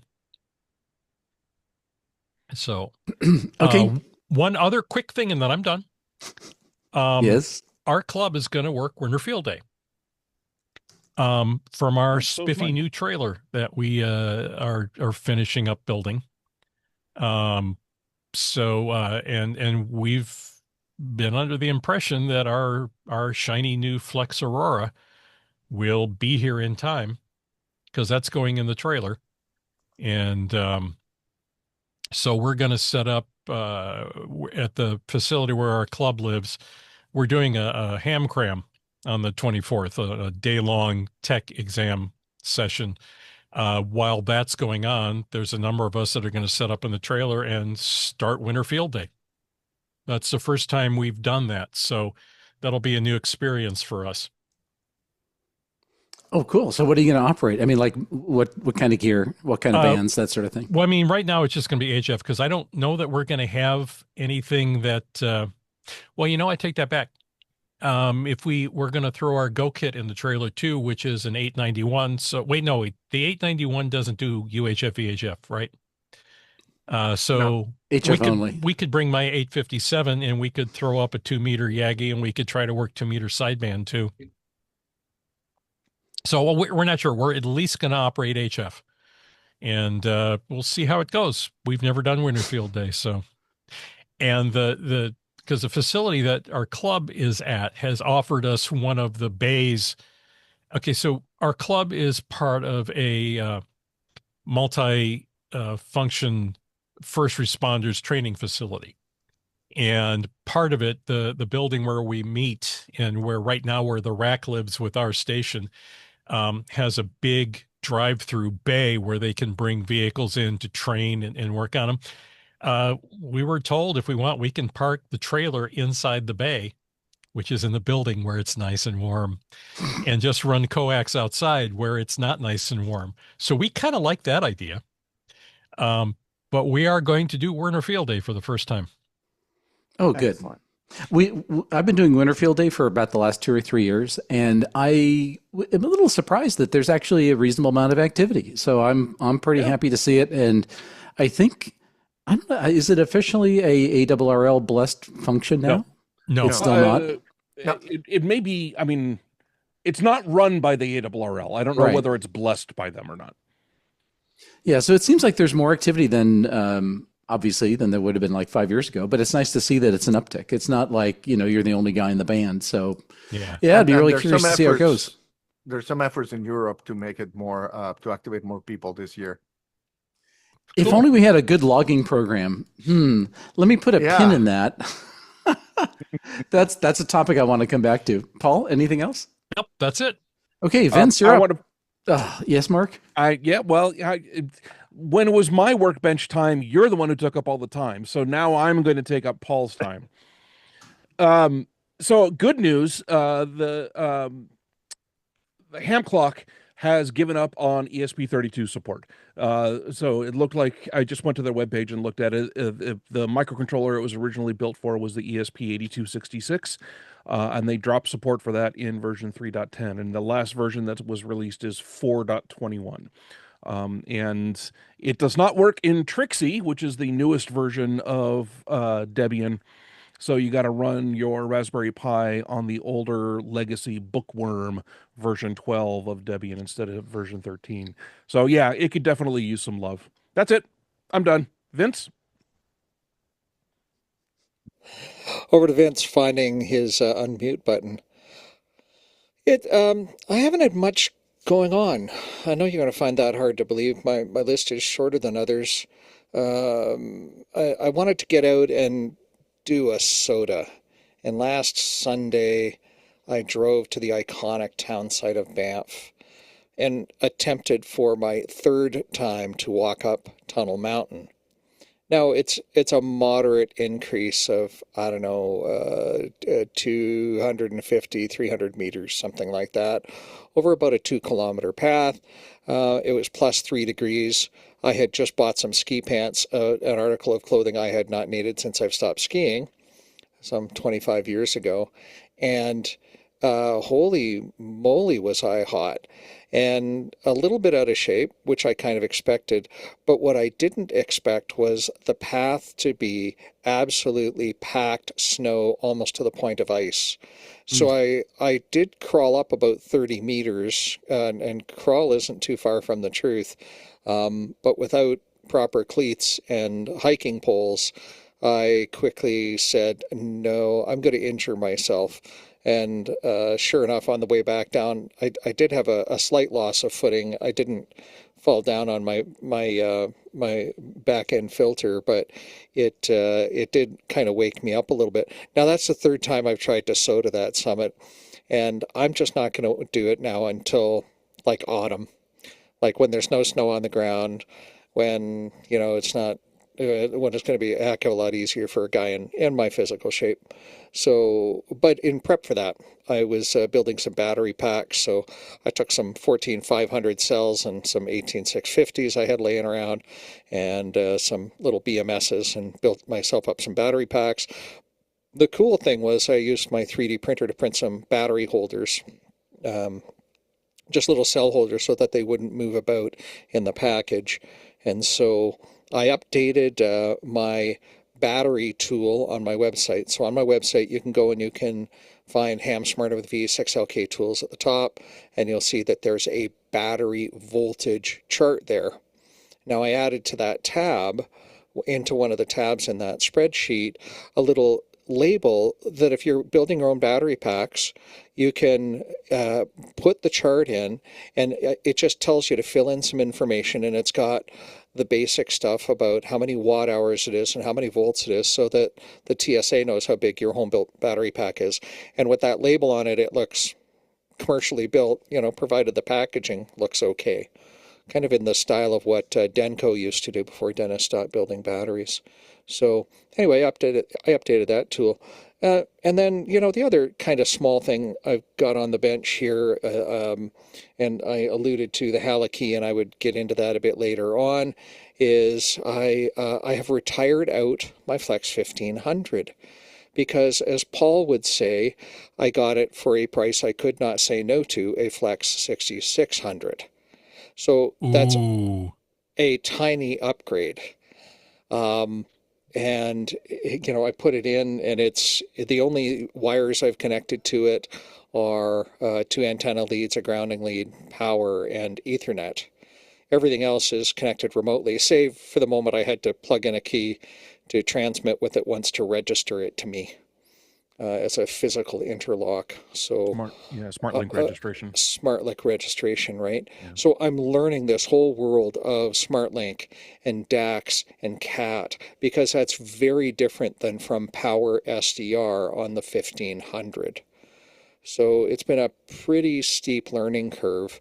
Being driven and impatient as I am, I took the Flex control, and I mated it to Smart SDR for Mac, which I downloaded without hesitation, because if I've got this nice piece of hardware, I want to drive it off my Mac. And then I had several episodes ago, in the middle of the show, my Stream Deck died, convinced that it was dead, and it turned out to be, a loose USB cable or some damn thing. But I went on Facebook Marketplace or equivalent, and I found another Stream Deck locally for cheap. So now I have 2 of them on my desk. I have Stream Deck Left, which controls all my video conferencing software, and I have Stream Deck Right, which controls my Flex radio.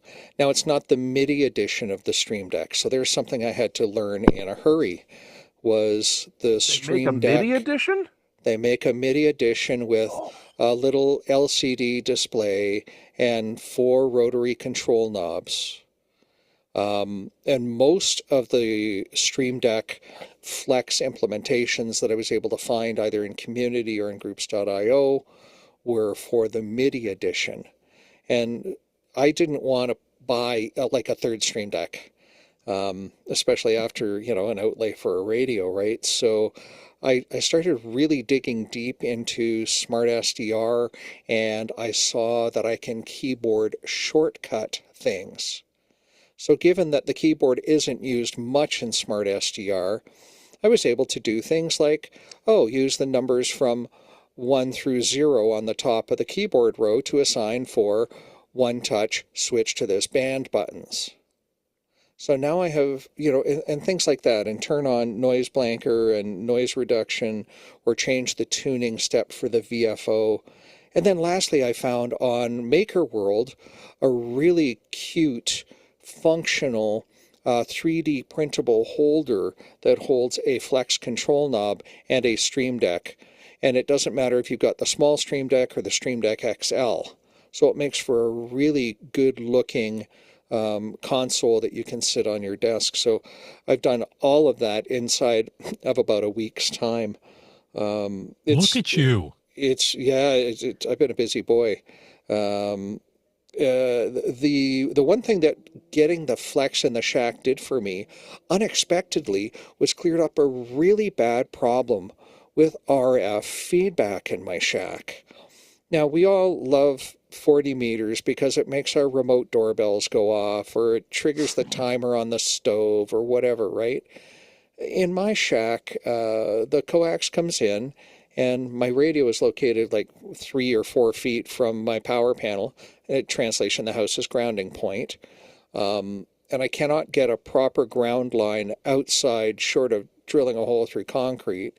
So I've tied into the house electrical panel. And my ground point and all of the common mode current chokes I had in the shack were at different points between, I don't know, like my SWR meter and the transmitter, or, you know, between a couple of objects in the shack.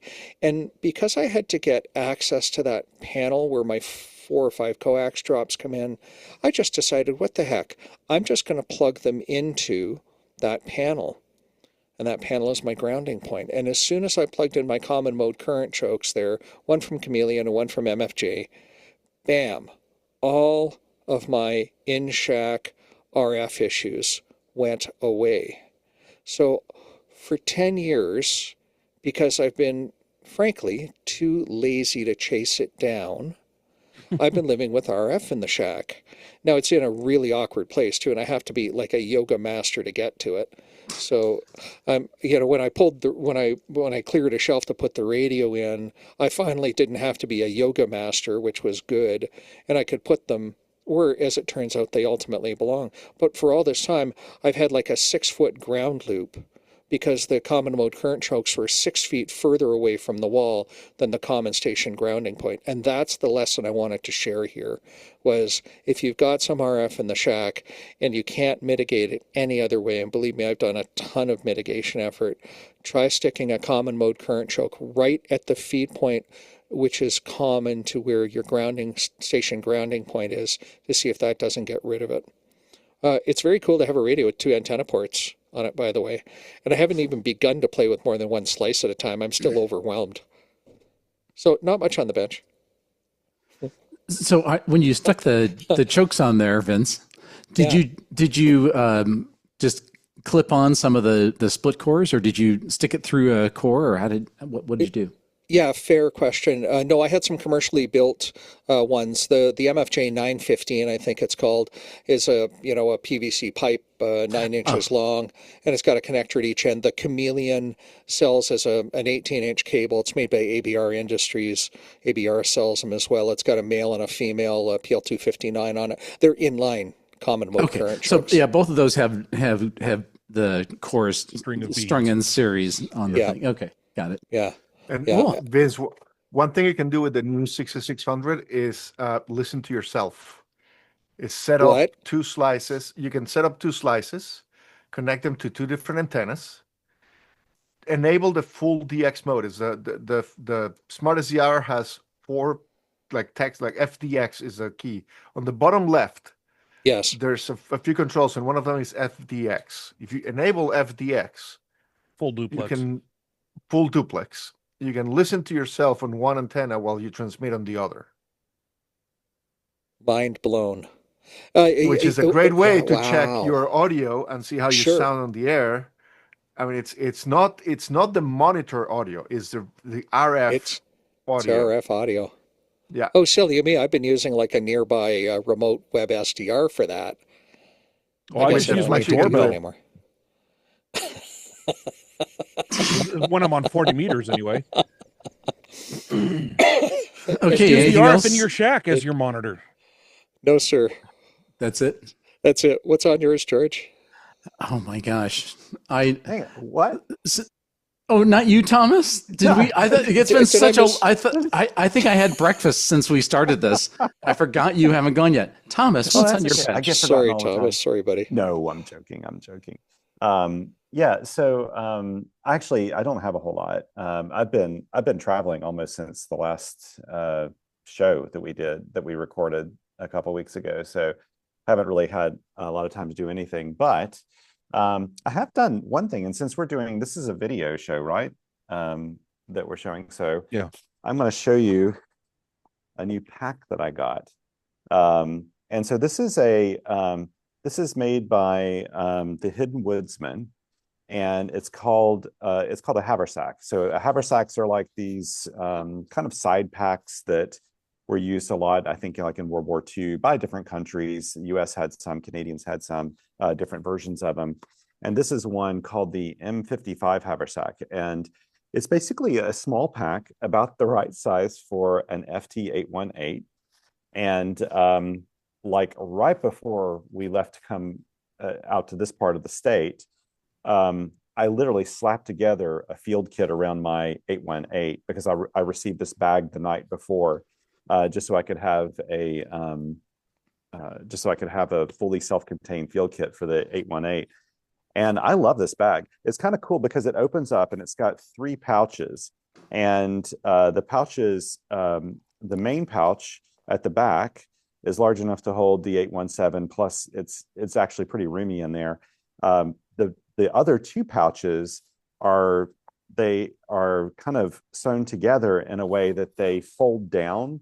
So you pull one down from the top, and it's like half of the size of the back portion pocket, so that you have 2 pockets, and both of them zip open, and both of them zip open standing up. So when you like take this thing out and you open it up in the field, you have 3 pockets all standing straight up with zippered openings. And inside it has like this bright orange interior, so you can see everything that's inside the pack. And this thing's really cool. And they're on sale at the moment for a winter sale. And this is the reason I bought it, for like $100, which is not bad for a handmade bag. I think the fellow that makes these, I think he's in Massachusetts, and some of his stuff's also made in Rhode Island, I think, or something, but they're all made in the Northeast US. And I'm really pleased with it. And I think I'm going to get some more of his stuff. But I put a fully self-contained field kit in here. And so I took it out. I think the very first activation I did when I came out toward the Raleigh area, I went to William Umstead Park out here. I've been to a couple of times before. And I was like, let's see if I actually thought of everything, and brought it in. Oh, and yeah, I'm also sporting a new, so I'm talking about packs here, sorry, but this is like one of my favorite topics, besides radios and coffee, and a lot of other things. I have this little Tom Ben small travels, what do they call it? Travel trays. And I like to put arborist throw lines in here. And this is one I built. So my friend Paul Patsis, who actually lives over in Washington State, super, super nice guy, some time ago sent me a 2mm throw line called Zenit, which is used by arborists. And I've been looking for a reason to put this thing together in a kit. And so I'm really pleased with this line. It's really nice. I've used Marlowe throw line before because I'm really, really big into arborist throw lines. I think they really revolutionize going out and playing radio in the field if you live in an area with trees. I also am using a new, and I don't even know, these are called Meteor. This is a Meteor 250 throw weight. And I've heard from multiple people, the cool thing about running QRP is people write and tell me about all kinds of really cool things. And I've heard from multiple people that these are a pretty TSA friendly throw weight, because throw weights typically are filled with buckshot. And when those go through in a carry-on through the X-ray, they're usually, you're going to be asked questions about it because it's got buckshot in it, right?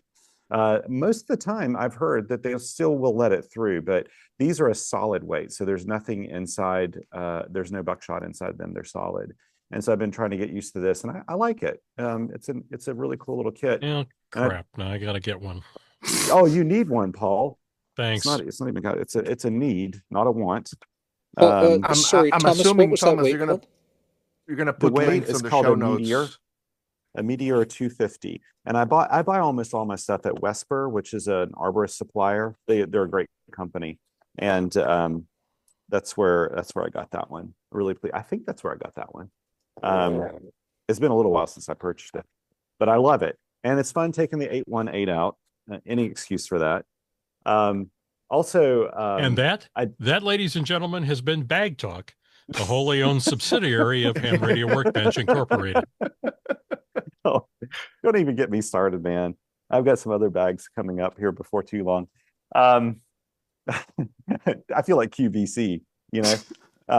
So what you got there? Isn't QVC, isn't that one of those new Q codes? Yes. Yeah. That's the Q code for you got to buy something. Yeah, QVC. One of the really fun things I did today, so I've been coming out here to Raleigh quite a bit since, I don't know, like last summer, like in 2024, I think. And now that I have a daughter going to school here in the area, we come out here quite a bit, and we got a family property where we can stay, and that's kind of nice. It belongs to a family member. They let us stay here anytime we want to. And so I've been exploring all the parks and things, but there's one park I have been wanting to hit so long, and that is the state capitol. And the state capitol of North Carolina is like right in the middle of Raleigh. And it basically takes up one city block, and it's surrounded by tons of city blocks of buildings. And in the past, like I think most of the people, it's been activated a ton, since I think the first activation was in 2020, and there have been a lot of people activated over the years. I would say that the majority of them just park like along that block, and they do a mobile activation. And one of the reasons why is that's not a site, even though they have some trees and they got park benches, it's probably not a site you want to go out with an arborist throw line, make a really big deal about putting up a 40-meter infrared half wave or a loop antenna or something. That's not a site for doing that. It's an urban site, lots of historic stuff around it. It is a state historic site.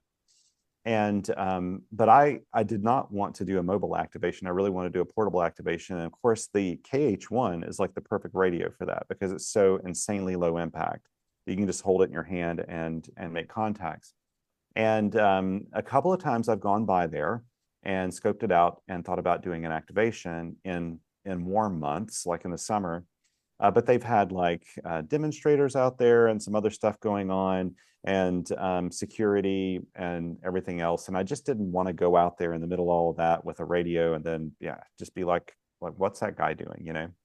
And so my plan today was, it was cold. It wasn't actually down to freezing, but it was really gusty. And I think that probably the wind chill had it down into like maybe the high teens or low 20s or something. And it felt cold with exposed hands and everything for doing, portable operating. And one of my secret weapons was I thought, well, I've got my wife with me, and if she's with me, she'll make me look more normal, right? Like, and so if I'm out on the park bench holding an antenna and blah, blah, blah, like at least she's Love your there, optimism. She's there looking stylish. She's there looking stylish and normal. And so people won't be like, what's that weird guy doing, over there?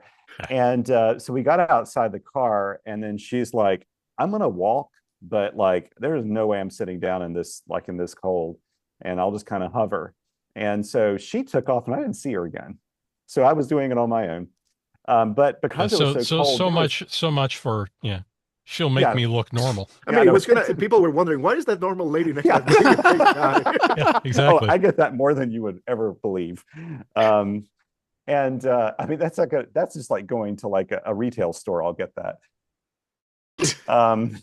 But, anyway, so I sat out there and I just went under a park bench under a tree, and there was like nobody outside. I think even the security didn't want to be out. It just felt really cold. And this is Raleigh, where really, honestly, it's pretty warm most of the year. They don't have really extreme cold or anything here. So everybody was like, nobody wanted to mess around. But I sat out there and I started an activation, and I actually used a new to me camera called it's an Insta360 camera, and I can't remember what the model number is, but you can literally detach the front of the camera and a little mini camera that magnetically attaches to a pendulum, like a little pendant that you can put on. And it'll like make like a chest mounted, really super lightweight camera. And I got it because it was like Black Friday. And I thought, that'd be kind of cool for doing like KH1 or pedestrian mobile activations. Right now I've got a mount, but it's kind of heavy and it's kind of hard to hold like a mag mount that I can put on my shirt with like a clasp in the back of it. And this thing's really nice. So I have no idea how the video came out. Probably a lot of wind noise in it because it's not really designed for that. But I set up that thing, I walk out there, and I turn on the radio, and as I'm turning it on, I'm like, I bet you there's going to be a lot of QRM. And boy, was I correct. There was a really loud noise floor because really the green spot there was just the stuff right around the state capitol. Everything else was building, condos, high rises, and lots of traffic noise and stuff besides just the stuff that's on the electromagnetic spectrum. So I started calling CQ, and turns out that the propagation today was pretty poor as well. I started calling CQ on 20 and worked one station after maybe like 4 minutes of calling, which is really odd. Like lately, the bands have been so crazy that like I can have my first 10 contacts in 8 minutes, 7 minutes, or something like that. So I waited a long time, and I think only the loud people were getting through, like the ones that were packing a punch, because I just couldn't. My noise floor was probably like S7, S8. I moved up to 17 meters, and I'm thinking, well, maybe it'll be quieter here. And there was like nothing there. So then I went down to 30 meters, the magic band that the KH1 doesn't technically cover, but you can technically make it cover it because you'll get like a 3-to-1, you'll get like a 3.1, 3.2 to 1 match using the stock 4-foot antenna. And it's completely inefficient. The radio will lower itself down to like 2 watts of power. But I worked like 4 contacts doing that. It saved my bacon so many times. And so I'd worked 4 contacts on 30 meters, went back up to 20 meters, and then there's actually a little spurt of activity. And I actually did not think I would be able to validate this activation, but I got my 10. And the moment I got my 10, I pretty much hopped off there. And I was like, where in the world did my wife go? Well, she went back to the car where it was like warm. So it was a really fun activation, but I was having issues with my key. I think that my stock Elecraft KH1 key, I need to like really experiment with it a little bit. I'm finding that in cold temps, the DIT side of it, the left fingerpiece, for some reason, is just not keying properly. And it won't send a string of DITs properly. I actually have to sometimes, like if I'm sending a 5, have to hit that 5 times in rapid succession, as opposed to holding it down for a string of 5 DITs. And I'm sure I can sort it out. Probably has something. I just need to adjust one of the like 6 little screws on it or something like that. But anyway, that was really good fun. It was nice to finally get that one in the books after a really long time. And I don't think I looked too odd out there. I just think nobody was looking. They didn't want to be outside. And that was my play for that. I get a question for you. Yeah. When you go out and operate with the KH1, do you always make contacts? Yes. God, how do you do that? It's not that hard. You and Dan, man, I swear, like I go out there and I try and I can't make a single contact. What Thomas is really not telling you is he's a direct descendant of Wayne Burdick, who can make contacts with a loaded coat hanger wire on power set at 0% while standing on top of Mount Everest. Yep. I didn't get the gene. I don't know. I find it like so difficult at 3 to 5 watts with that little whip antenna. It's just hard for me to make contacts with the thing. Maybe I just don't have the patience. You know what? I find the same thing here in the West. Yeah. You know, so George, I had similar challenges when I traveled through Oregon, making my 10 as quickly as I normally do. When I'm out east, it's wall to wall and treetop tall. People are banging down a path to get to me at 10 watts. Out here, I have to call and call and call. Yeah. And even my buddy, I didn't talk about this on my workbench. My KX2 went to Montreal without me, and I loaned it to my dear friend Dan. And he said, "Oh yeah, even at 10 watts, I had people calling me, and I had pileups." I'm like, "Well, yeah, you're in the breadbasket of population." Sorry, go ahead. No, it's true. It has a lot to do with your location and where your like propagation footprint's going to land. I found though that like when I've been up in fairly northeast Quebec, where you're a little remote. Yes, your footprint's still getting out there a bit. I never had any problems using the KH1 or even using my AX1 with the KX2. I do need to do an exploratory trip to out west. To the Pacific Northwest, just to test your theory, George. I've got the KH1. It needs to make a contact. I have to get it down to at least $100 a contact for the purchase price of the radio. So you got to come out and help me with this thing. Yeah, we can do that in one activation. It won't be a problem. I do. I mean, I've got to say, like, I used the KH1 quite a lot on another trip that we did to the coast of North Carolina in December. And I honestly think like when we're thinking about doing like a trip to Europe or something, I travel really, really lightly. And I'm pretty sure I'm just going to take the KH1 with me when I go. My buddy Bob, K4RLC, he took his KH1 and his KX2 on a trip to Scotland. And he was on like it was like a formal tour and stuff, but he did have chances to go away and do activations. He only ended up using his KH1, I think, that whole time, just because it's just so dang handy. Like you can just pull it out. It takes you like 20 seconds to set it up and you're on the air. So I really love that radio so much. Rumors, all rumors. And one little side note, especially for Paul, when you're in Europe doing POTA or anything like that, use the 40-meter band. Yeah. It's a lot more like you're not coming from the US, you expect like 20 meters is your money band all day long, and maybe at night the 40. Nope. 40, I mean, the density is enough that 40 is worthwhile using. Okay. And people are listening on 40 during the day. Yeah. So Same thing with Japan. That was something I learned last year when I went there. Well, I'll have my my whip with the 40-meter coil, and I'll have my Pac-10 half-wave with the 40-meter link. So. Yep. Yeah. So we should have a whole nother show on how to make contacts with the QRP. For some of us, it's like shooting fish in a barrel. For some of us, it's like, we're in the barrel and it's just us, no fish. Yeah. It's how you hold your mouth when you do it too. The only other thing I had on my list is one thing that my wife got me for Christmas this year, which is a really cool gift. Are you familiar with the C-Star telescope? C-Star.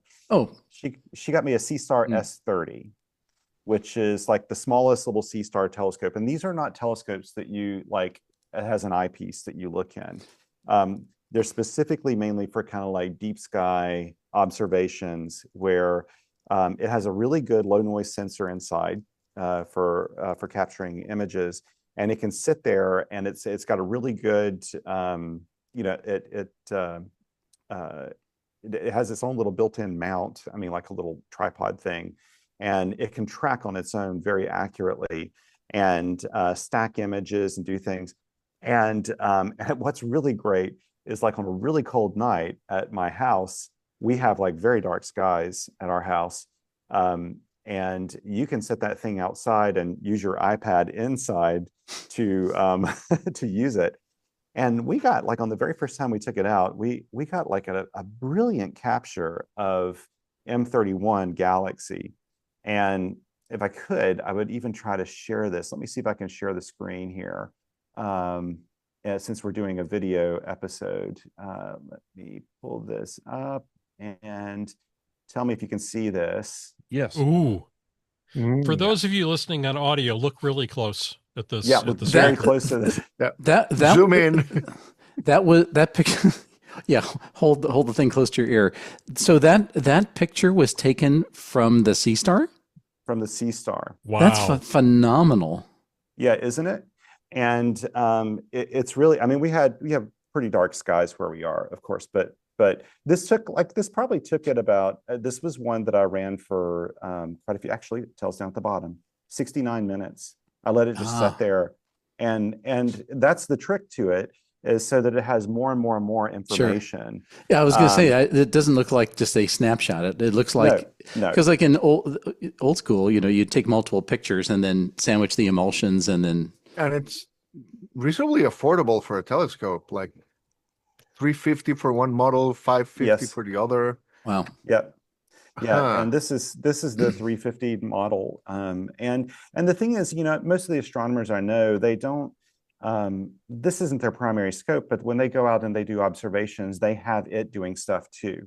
Like they'll just have it gathering some information. It's really cool. I mean, the software is so great, super simple to use for novices. You do not have to know the night sky.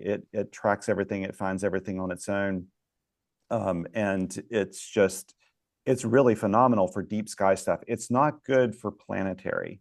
It really isn't good for planetary. You can capture the moon, and it actually has a filter for the sun, so you can look at sunspots and all that. But most planets, it's just the wrong lighting and everything for that. You can see. I think you can kind of make out some of the moons of Jupiter or something, but it's not really designed for that. It's designed for this deep sky stuff, which is actually the stuff that, with my own like regular optical telescope, that's the stuff that's harder for me to really capture. So that's pretty awesome. Well, you realize this is just amateur radio at a different wavelength. Completely. Yeah. And, really and you're just doing beacons. You're not having a QSO. That's right. That's exactly right. So anyway, George, what's on your workbench? Oh my gosh. I hate to jump into my workbench because we've taken 2 hours to do our first hour. Ooh. So just saying, having said that, let that not stop me. So let's see, what the heck is on my bench? Well, I have had a couple of projects I mentioned in the past. We're upgrading the repeaters at the Portland Amateur Radio Club from some ham radio caliber repeaters and moving to commercial repeaters. So we're working on a bunch of Quantar 2-meter repeaters and getting them all tuned up and programmed and everything, which is nice. So they're real industrial strength, 100% duty cycle, real repeaters. They're rated for 125 watts. We back them down to 100 watts, so it's a little bit less heat dissipation, and they're still pretty efficient. And that's all being interfaced to an all-scan all-star node interfaced to a Raspberry Pi. And eventually we'll put in a multi-port controller, but we don't really need that to start. So I got the first repeater all programmed up and the all-scan interface box all wired up to the Raspberry Pi. And I got the Pi configured and working, and it all sounds like it's working just fine. And so I wrote a couple of custom scripts to do things like get the weather and, kind of stuff like that. So somewhere in the next week or two, we hope to get that installed on the hill. So that'll be cool. And once that one's done and up on the air, then it's time to work on the next one. And then one of the things we're in the hunt for is a low-cost internet service, because we want to link them together. And the way we traditionally link stuff in other systems is with RF, of course, so you're not relying on the internet. And that's all great, except it's kind of quicker and dirtier to put them up with some kind of like cellular or WISP or some kind of IP connection and rely on that at least temporarily. And then we could decide whether we want to do the whole RF linking thing or not. There's obviously pros and cons depending on what you want to do with the system. So that we got to work out. Let's see. And it's been connected to the hub that we run here, 55915 on All-Star.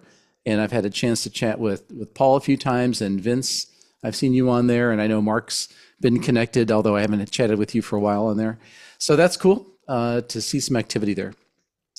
The other thing I started playing with is my new ICOM 7300 Mark II, which I got to play around with the remote control software and try some of the things like the receiver performance and CW decoding and that sort of stuff. I really can't say I've tested the radio from a receiver point of view, so that'll have to wait. Mainly, I've been trying to get the remote control stuff to work, and so I installed the RSBA1 software, and I'm able to control the radio, but the software looks like it was written 20 years ago. So it's probably because it was. And it's functional, it works, but it's really pales in comparison to other remote control software. So obviously the first thing that pops to my mind is the Flex Smart SDR. I mean, Smart SDR is like way, way better than the ICOM software, but there's other stuff like Win4, ICOM, Win4, Yaesu, all that Win stuff. I think that's better. I think there's other third-party tools as well. Mark is muted. Just noticed that. Do you not have any Mac at all? I do not have any Mac at all. Okay. Because Marcus, the guy who does Smart SDR for Mac OS, also does SDR Control, which is an ICOM application. Yeah, that's a great point. I bought it for my 9700, and it works well. Yeah, I think that's a really good point. That's I've heard good things about that. So I'm sure that will work with the 7300. I assume it does. And with the Mark it's II, probably almost fine. certainly. Yeah. Yeah, and the nice thing about the Mark II, Pro, your new iPad Pro will work with that. Oh, that's very true. nicely. Yeah. It'll look beautiful. Oh, really? Yeah. That I'll try. So the main reason I got it was to integrate it with the station controller and see if there's any kind of cool, features that I would want to use with it, et cetera. But first step is just getting it to work at all. So the fact that you don't need a PC is really nice. Just plug in Ethernet like the 9700 or any of the higher end radios. So I think it's going to be a super popular radio. I have not played with the CW decode. It's kind of the lazy man's crutch. I don't really need it, but it's kind of nice to have as a backup. And I'll tell you, it is, especially for like a field day or somewhere where you're demonstrating it, demonstrating radio, it's nice to have a CW decoder running with the HDMI jack in the back of the radio, being able to put that screen on a big monitor so that guests can see it and they could, get the spectral display and see the CW decoding and all that stuff is quite nice. So that's been pretty cool. Let's see. The other thing is I was real curious, Paul, about your conversation around the SEPT licensing thing. I'm hoping to be able to get to Europe later this year, and if so, I'll probably take a radio for the first time.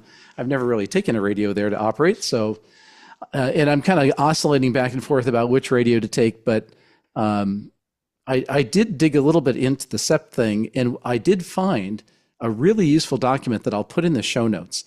The DARC, the German amateur radio club, big club association, on their website, I found a pointer to a document that shows for every SEPT country, which is pretty much like all the European countries, what the rules are for that particular country. And it'll tell you what their prefix is, and if you need to add a suffix for long-term, for short-term licenses, for different classes of licenses, and it gives you all the frequency bands and that you can operate. And to get the mode sub-bands, you have to go to each organization. And the rules are the same if you're American or if you're French visiting Norway. It's because you're both under SEPT, the SEPT agreement. So yes, that's a great point. Like that document is valid as a US or a Canadian traveling to Europe. Is exactly the same information. And it's great because it breaks it down by country and tells you exactly what the rules are for that. Like, for example, I didn't know at the beginning of our show here, I didn't know what the prefix should be. So at UK, for example, if you're going to be in England, it's M/your call sign. But if you're in Scotland or you're in Wales or you're in Guernsey or you're any of the like 8 different places that are part of the UK area, it's different. So good to know. And like, I didn't know if it was M0 or 2E0 or whatever. And it turns out it's no number. It's just M. If you're there for a longer term, then I think it might be different. Germany, it's DL. So just DL/your call sign. So no DL1, DL2, whatever. So that's good to figure out. And I'm also comparing the sub bands to see if they're the same. And like, for example, between Germany and the UK, it's like the sub bands are the same, or the bands are the same. I don't know if the sub bands are the same. I got to figure that out. So anyway, pointer will be in the show notes. Super useful document. I'm glad they published that. And the last little thing is we're doing Winter Field Day too, Paul. So hopefully we'll hear you on the air. We'll be doing that with the Hoodview Amateur Radio Club and setting up our Buddy Hex's Pointing East. Cool. So with any luck, we'll work you on 20. So we'll be on 20 and 40 for sure, probably some other bands, depending on activity. On the subject of Winter Field Day, CQ805 will also be on doing Winter Field Day. We will be operating as N6 EOF, EOF meaning 805. Oh, by the way, K2SUL will also be on the air for Sullivan County. All like 8 or 12 of us in the county club that will brave it in the cold will be there. See, there's a little difference between braving the cold where you are versus where Mark is. So I don't know if you've seen the December release of Polo.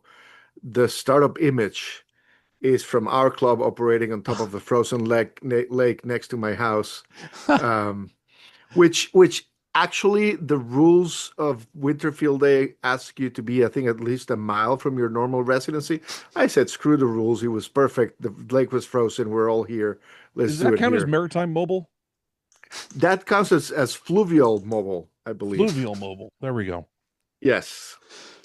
All right. Well, we're going to take a break. When we come back, if we're all still here, Sebastian's going to dive into his logging software that you've all been waiting to hear all about. We'll be right back. Sebastian, I want to take it from the top and talk about the Polo logging software. So when you first thought about writing a logging application, what was the thing that prompted you to actually start that as a project, and what's its capabilities today? So the whole thing started literally the moment I got my license in 2020, when I started using ham applications. I'm a software developer. I've been doing mostly web and mobile development for the last 25, 30 plus years. And when I started having to install the apps and use the websites that are the norm for hams, I felt like we were stuck in 1997. And in fact, the name of the project, now company, Ham2K, is kind of a play on making the jump from the 20th century to the 21st century. Yes. It's fair.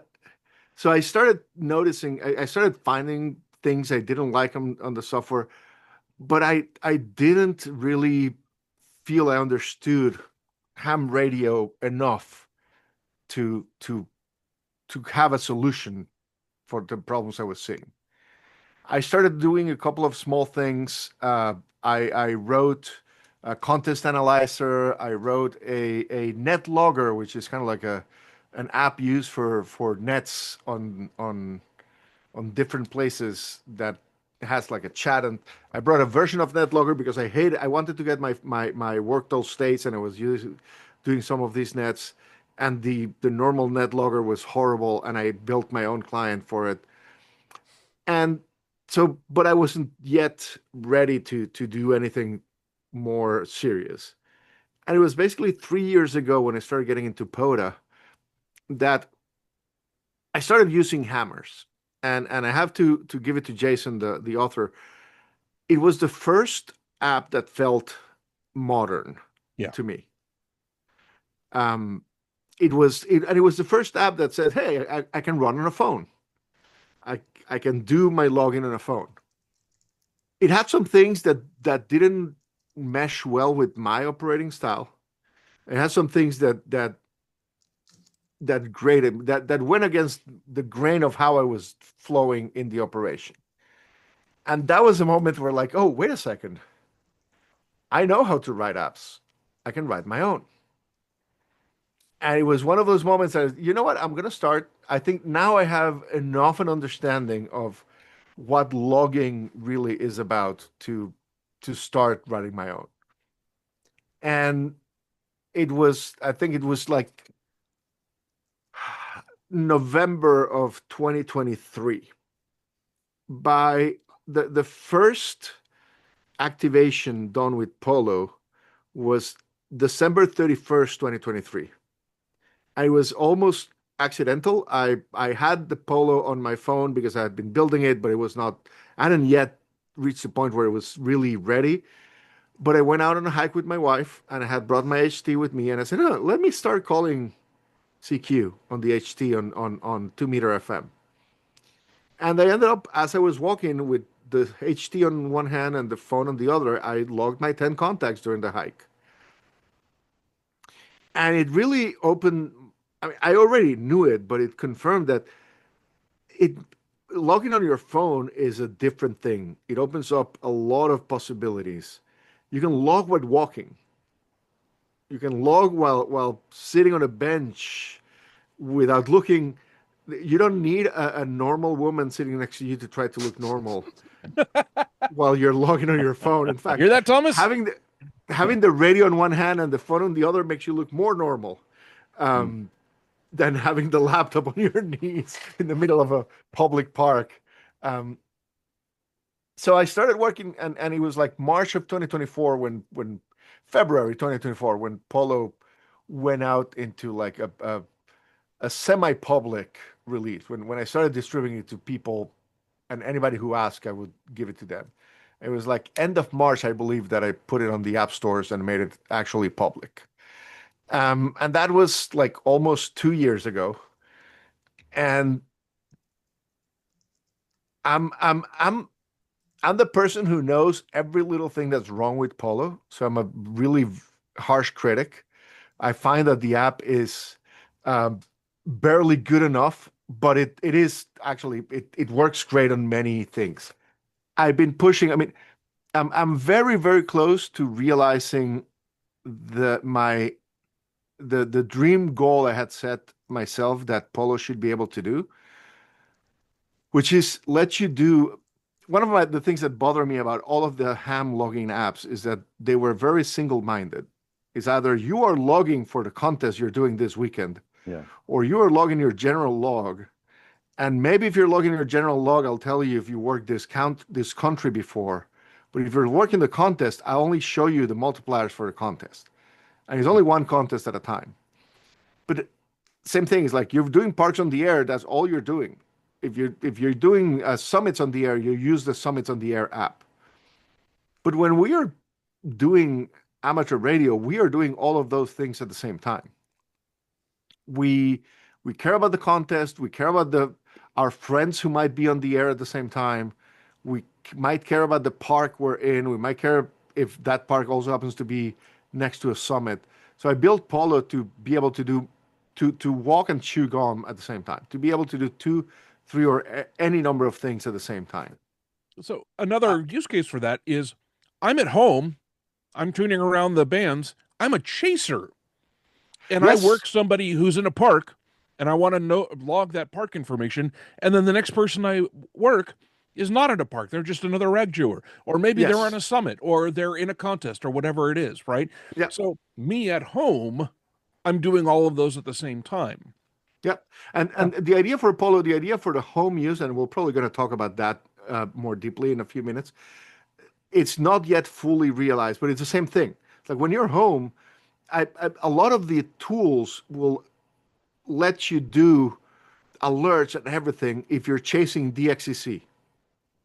But if you're chasing DXCC and the challenge, or if you're chasing DXCC and work those states, or if you're chasing DXCC but happens to be in July when 13 colonies is on the air, they don't do that. You have to turn the app into like 13 colonies mode to alert you about 13 colonies.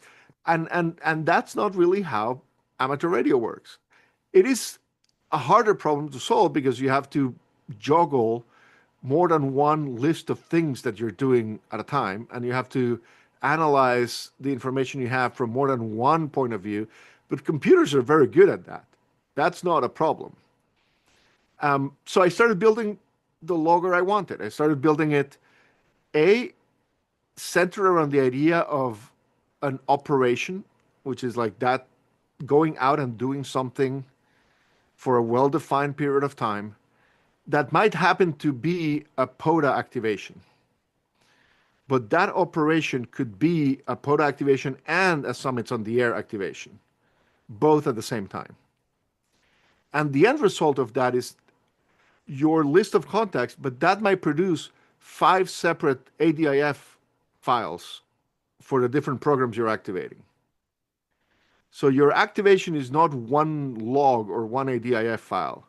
The ADIF is just the outputs of what you're doing, depending on what you're doing and what the needs of each programs define, what they want to get from you. So my impression is that the ideal user for Polo today is a portable operator, someone doing POTA or SOTA, for example, or just general field operating, and you're logging on your phone or tablet. Is that a fair statement? Yes. So and here's one of the reasons I decided to, when I said screw it, I'm going to write my own logger. I started with a phone because it's a harder problem. One of the things I hate about many of the existing loggers is that anytime they ran into a challenge about, hey, I want to also have a list of potential call signs, all they did to solve the problem was to throw a new window and put the information there. And so if you're trying to use any of the contest loggers, you need to juggle 40 windows at the same time, and each window has repeated information. You don't know which one is important right now. When you write a phone application, you have a very limited real estate to work with. So it's kind of like working QRP. You have to be very efficient. You have to solve your problem. If you know how to manage your antennas for QRP, then when you go QRO, you're set. You are much more efficient at operating. Your process is cleaner. So I decided to start with the challenge of doing a good logger on a phone screen. And as soon as we moved into a tablet screen, you could tell that whatever solution we found for the smaller phone screen was also a good solution for the tablet. It was, and soon it will work on desktop versions, and you'll have your full 30-inch monitor to use. Vince is raising his hand. What kind of desktop are we talking about here? We can jump into that matter. I'm working on the desktop edition. I don't know if it's going to be called Desktop Logger or Portable Logger Desktop Edition, or I'm going to rename it Power Logger and have a portable edition. Branding is hard, but it's going to be a multi-platform version. It's going to run on Macs. It's going to run on Windows. It's going to run on Linux. It's going to run on some Linux, depending on distributions and packaging. Sure. One thing we haven't said in the 2+ hours we've been here, Polo is free and open source, which means that if Polo doesn't run in your favorite Linux distribution, and you come to our forums or our Discord channel and say, hey, it doesn't run on my old Raspberry Pi running Dolphin 2.0, my answer is going to be awesome. Here's the we accept pull requests. We accept pull requests. Here's the GitHub repository. We can help you. Ask away, but I'm not going to solve that problem for you. Vince, but I'm going to welcome your solution for it. Vince, is your current Mac Intel or Mac Apple Silicon? My current Mac is Apple Silicon. So when Sebastian Let me tell said you something then. Desktop, I thought to myself, I've never seen it on any platform but my MacBook Air M1. Because the MacBooks with Apple processors can run iPad apps. Yep. Yes. So you can run it today on a modern or a newer Mac. That's what I do. Yeah, already. Me too. But going back to the point is like, yes, I was annoyed at certain things in existing apps that I wanted to do differently. I had some opinions on how to do things, not just less annoying, but better. And I said, okay, let's face the challenge of doing it on a phone screen and grow from there. And I'm I mean, the only way I can say is that as much as I said that I think it's barely good enough because I have so many ideas and going forward, I think we've built something that works very well. I've used Polo to log contests. I did a New York QSO party where me and a friend did a portable operation in which we did over I think it was like 1,400 plain QSOs using Polo on two iPads, actually networked and sharing the data, which we can get into the discussion about winter field day and field days later. And I built it like that was a good example of what my goal was with Polo. It was a single operation. It was a single log, if you wish, that was analyzing all the QSOs for New York QSO party scores and duplicates and countries and checklists. But it was also, we were also operating parks on the air. And we operated at 2 different sites throughout the New York QSO party. And I reached a point in Polo, that was one of my original goals, and it took me a while to get there, where you can have one operation in which you insert a break in which you change what you're doing. Because different activities have different rules. You could be doing something like New York QSO party, which is a 12-hour contest, but you do that combined with 2 parks on the air activations at the same time. That requires to change the park on the air you're activating in each one of the locations. And for New York QSO party, it requires me to change the counties I'm activating at each one of the locations. And Polo lets you do that with a single log. Just by there's a command, you type break, and that adds a break in your activity in which you can change all the settings, all the references, the exchange for the contest you're participating in. You can add more things. You can start with a parks on the air in one place and ends with a summit on the air in the other. You can combine things in any way you want.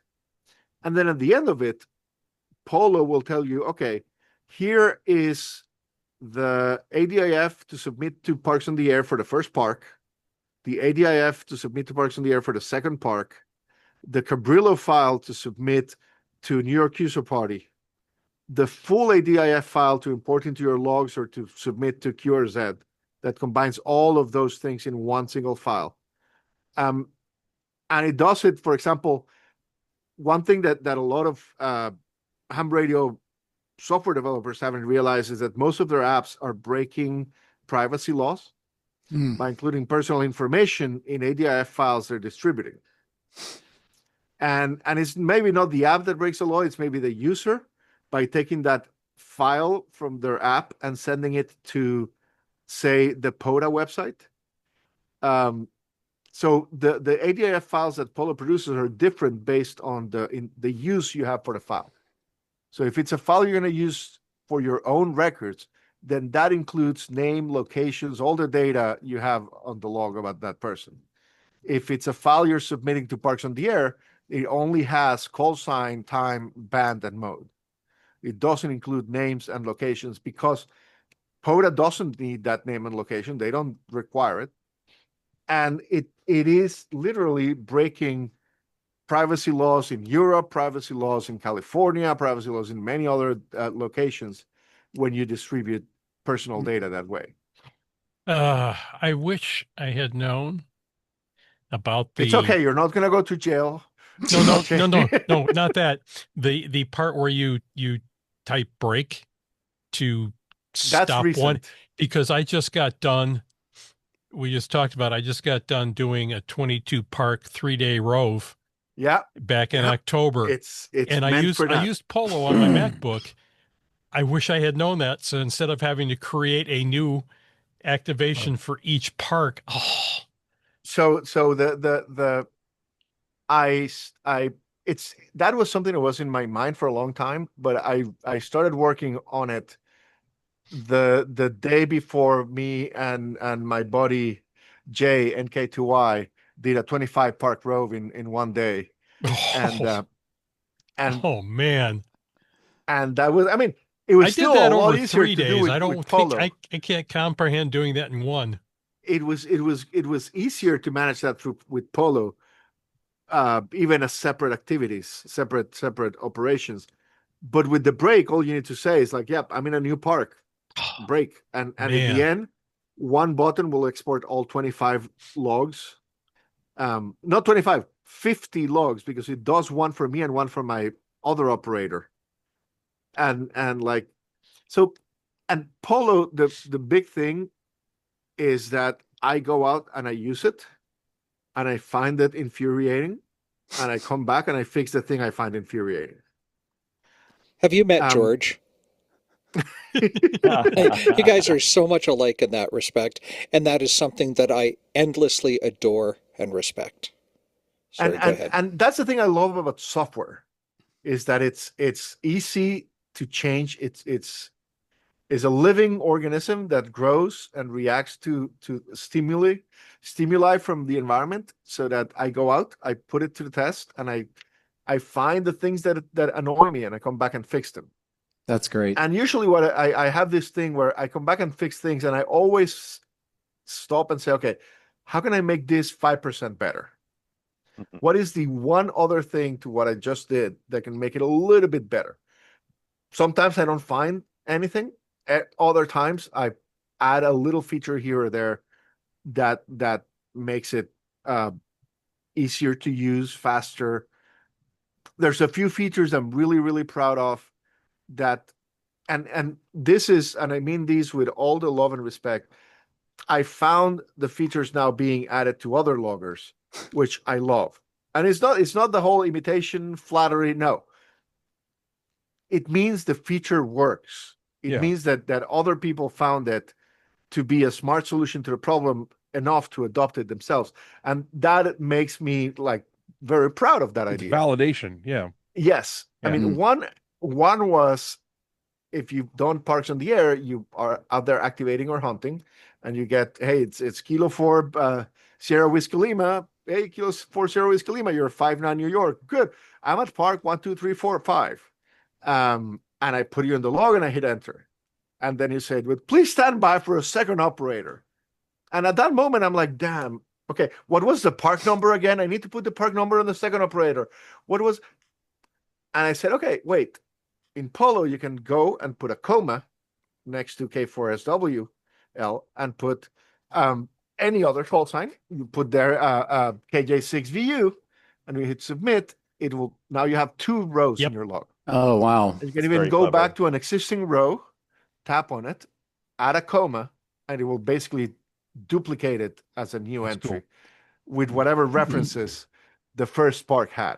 And one thing I really like is that in the park, when you're doing park to park, and the guy says, I'm like at 3 parks, you start typing US whatever for the first one, hit a comma. It assumes that the next one is also US and fills that part in.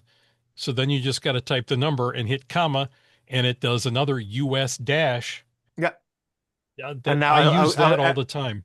And I'll tell you something, Paul, which is, I actually was having this exact same discussion with a friend recently.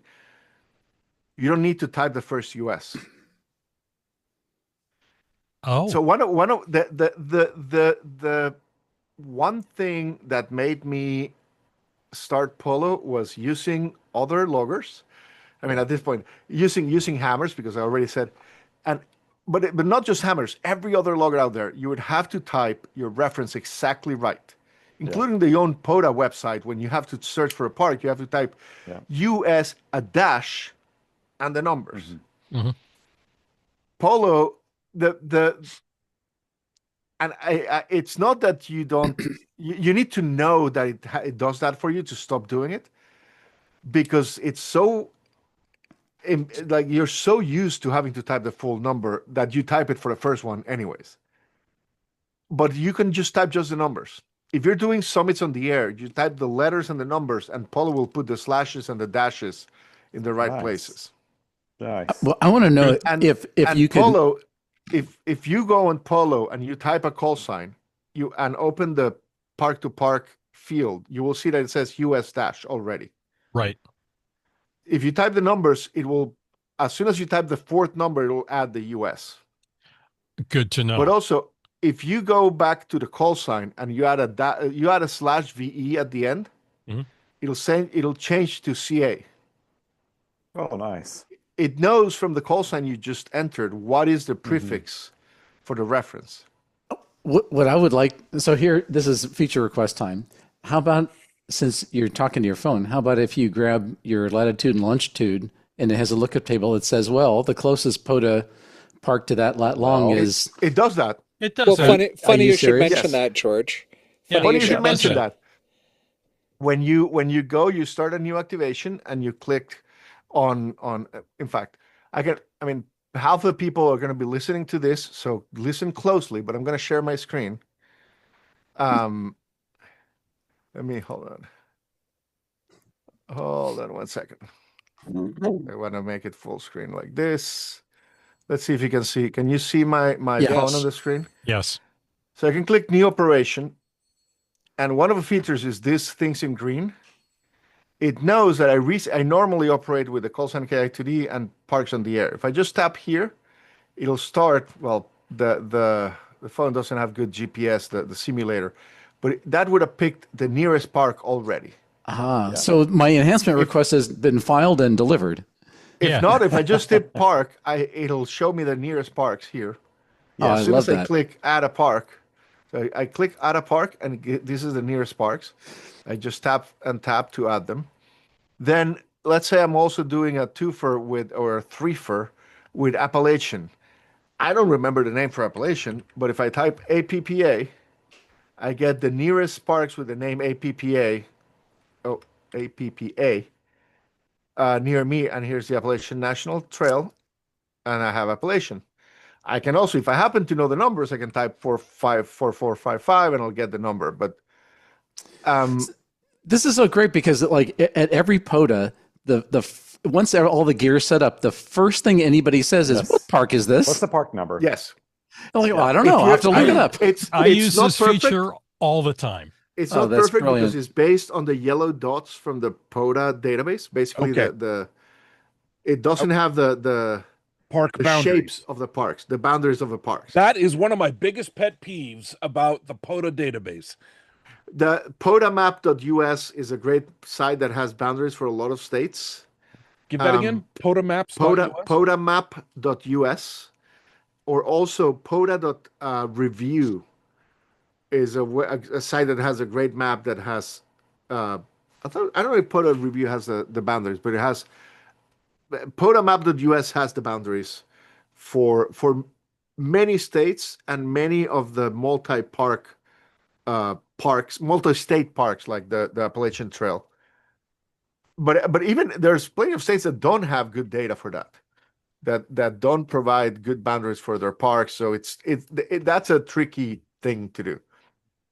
Well, even if it just gets you in the ballpark and you have the list, you could pick whichever one it is, which is fine. That's the idea. You probably know which park you're aiming for. You just don't know the number. Right. Yeah. See, I can tell the reason I want boundaries is because I don't know where all of my park boundaries are. And when I want to plan a trip, right? Like I want to see where I'm at or where I can be on the boundary between two parks or where two parks overlap and things like that. Mark, this is what I mean that HRWB Polo is still a mediocre app. It still doesn't do all the things I want it to do.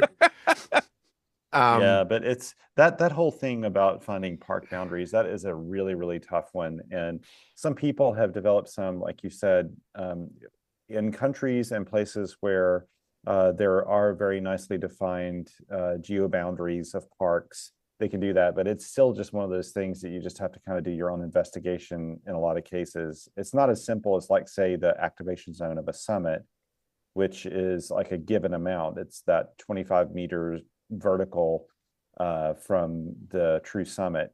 It's not quite like that with park boundaries. But I gotta say, so Sebastian, like most of the activations I do, and a lot of this has to do with the fact that I am a portable operator who films most of my activations, not all of them, that I tend to do it on paper, mainly because people are like looking at my logs when I'm logging. And I used to use hammers in the early days, and I do paper plus hammers on my phone. And I just found it too frustrating to do two different logging systems at the same time. Back on, and I'm looking at my phone right now at the app because I installed Polo. I was going to go out one day and do an activation, and all I had was my KH1, and I thought I'm just gonna do a really quick impromptu activation, and I didn't want to. I thought I want to try Polo because I want to try. I always want to try something new, and I thought that I was literally the last POTA operator on the planet to download Polo to their phone. And I put it in there, and I just drove to the park, and it was the Blue Ridge Parkway. And the Blue Ridge Parkway is one of those boundaries that's like snaky, like it's not like some big blob, it's like a snake. And so it's one of those that like one pinpoint on the POTA map really doesn't show you anything for what that park is. Yeah. But I got there and loaded it up, and I was like, I just turned the thing on, and I thought, I'm gonna have to go in here and put all this information in, and I'll probably just not even bother with this. But really, it only asked for the very minimal amount of information I needed to kind of get the part going. And I thought, wow, that's really good. And then it showed me the list. It showed me my grid number for where I was, because of course it's pulling it off the GPS. And then it gave me a list of all the parks that were nearby.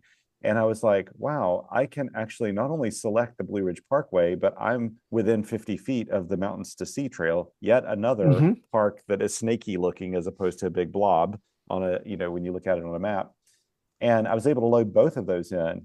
And I was like, holy cow, man, this is so cool. And then I went over to the page where the logger was, and it was like, hey, I've been waiting on you to start logging. Let's just get going, and that's the way the page looks to me, as opposed to like, you have to find it, you have to set something up at the top of it with other things. The whole thing was just so dang automatic and intuitive that it really kind of blew my mind. And then I was feeling really sad that the fact that like the way I do things doesn't lend itself very well to using, a phone when I'm operating. It's just a little too much for me to manage cameras, phones, everything. But then I was thinking about the fact that when I do longer activations like HRWB, when we're doing ham radio workbenches on the air, I'm making enough contacts that I do not want to transcribe 120 contacts or something later.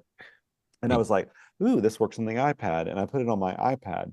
And since then, though, I have used Polo. I did another completely impromptu activation driving back from the coast of North Carolina, where I was passing by a drive-up summit, and I just asked the family, I was like, look, this is like a 4-minute detour. Do you mind if I do this? And they're like, no. Yeah. I didn't have anything prepared, had not announced anything on the SOTA website. And I just went there, and boom, it knew exactly which, I told it was SOTA, it knew the summit. It just loaded everything in, and I was on there logging and had the thing complete. It was just so amazing. One of the things I've been giving some talks about portable login and Polo. These days, it's more likely that you will have your phone with you than you will have pen and paper. Oh, yeah. So for an impromptu operation, having your logging tool available is one less thing you'll forget at home. One less thing you need to remember to put in the bag, need to remember to have charged, because it's a thing you use, and your day-to-day depends on you remembering to have it charged. So it's going to be available. It's going to be there. And that's one of the biggest advantages, because logging on a phone is a small screen, it's a small keyboard. There's many reasons why you don't want to do it. But I encourage everybody to try it, because it is the perfect logging for those impromptu activations. And I love it. You were saying that the empty nester, kids gone to college. I've done a few activations when I go visit my kid in college, and then hotel 6 in the morning. I wake up early. My wife still sleeps, and I go out and do an activation that I wasn't sure if I was going to be able to do, but I can do it because I didn't. All I need to do is bring my small FX4 CR travel kit that fits anywhere, just in case I have the chance to go do an activation. That And I can sounds like do some it guy I watch on YouTube. That is like the story of my life. Is like people will ask me like, well, don't you ever like sit down and do an activation for a couple of hours? I'm like, my life is not really there yet. And so if I'm going to do activations, they're going to be squeezed into my day. And I have to say, you're right. Like I always have my phone. I'm one of the weird people that usually has pen and paper with me. In fact, it's sometimes even a fountain pen, but like that's me. But like I always have my phone. And the really funny one was when I was doing the activation of Anderson Mountain, I was again using my KH1, and I realized now it's a little awkward when you're pedestrian mobile and you're holding a radio with one hand and keying and also logging with usually we'd be using a pencil to log. And I thought, well, I can dispense with that because I'd gone through all my log sheets. And I was like, well, I'll just use my phone. And I had to find a way to hold the phone. And I was thinking, oh, it'd be really cool to like keep it right there on the little tray next to the KH1 as I hold it. But then you realize you've got your phone too close to the radio, and then you hear all the like popping and stuff when it's trying to send a signal and everything. But it was just like I realized the convenience of Polo and the functionality is such that you don't really need to read a manual to get on there and start using it. It's really intuitive. And then exporting the files, I love how it parses it up when you're doing a twofer, and a twofer, like a twofer POTA plus a SOTA at the same time. You know, it does it to where both systems are happy. I mean, you started pretty early in POTA, it sounds like. I was just writing an article this morning about all the things that have changed in the field portable world. And one of the things was, you know, the ability to do spotting and all these other things we can do now that we didn't have options for in the early days. And you know, it kind of blows my mind that to go back and remember that I used to have to take N3FJP software, which I think is really good software for, you know, sitting down in front of the laptop and hammering away and you know, using the contact log for, you know, a field day or whatever. It's good, simple software for that. But you had to like really hack the thing a bunch to get an ADIF file out of it that the POTA system would be happy with. Yeah. And then you would export that file, and then you would have to like tinker with the file if you did a twofer or something weird.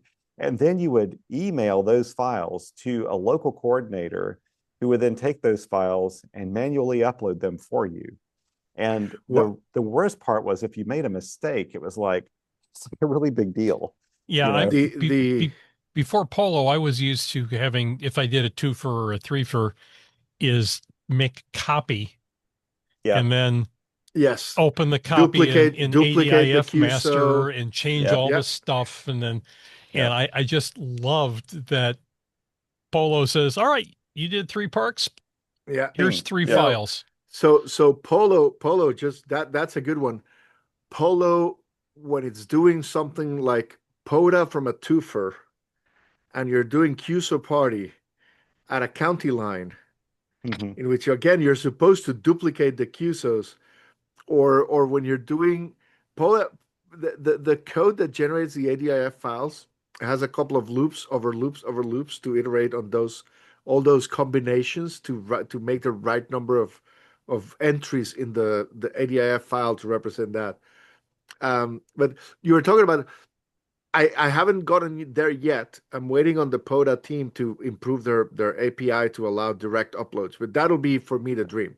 Like that you finish your activation, you say, I'm done, upload it. But that first time when I did an activation and I generated my ADIF file on the phone, and I opened the POTA website, and there are ways of opening the POTA website that will let you upload from your phone. You have to act as desktop mode on Android phones, on some iOS. If you put it sideways and you have zoom to turn out, it horizontally. But I did an activation, and as I was walking back to the car from when I had done the activation like a half a mile from the car, I was walking back and uploading the log. It felt like in the movies when the guy is walking and there's an explosion behind him and he's like walking away. It felt like that. Like, I'll tell you that was thing. a great thing. if people will know if they're working me if I'm logging using Polo, because I found that I'm doing this and I don't know why. Like in my head, I just think like, well, I can do it, so I'm going to do it. And that is like, I give everybody, I'll say, thank you, Dan, thank you, Tom, Yes. thank you, Mark, you know, because it like shows you the name. As long as you've got mobile phone service, at least, And it's showing I don't you know, the name. I'm gonna share my screen again. That one of the things I did with Polo also from the very beginning was this. I don't know if you see these icons. So if I type here, and I just realized that N6MTS is not in the list, but here, like it'll tell you that it's a duplicate, a soda duplicate. But if It worked. I put you here in the test Oh, already. God. Like, That's why. But for example, if I type N6MTS, it'll tell me it's a dupe. But if I give it a different park-to-park reference, it'll stop being dupe and it says new park. That's really The cool. red dupe is because I'm doing POTA and soda, and soda does not make Yep. the queue so unique because you're a That's different right. park. That's right. So it analyzes the whole thing based on the different programs. You get a nice summary of the states you've activated, whether you got in the 10 queues and I've gotten the 4 queues I needed for soda. But I'm terrible with names and call signs. If I worked you 10 I seconds feel ago, I heard, forgot finally. your call sign. But so I made it so that if I type your call sign, it'll say here, Vince is a Ham2K supporter. Aw. Vince donated and supports Ham2K. In fact, I don't know why I don't have you, Vince, as the rest of the Ham Radio Workbench. I need to add everybody and Mark too.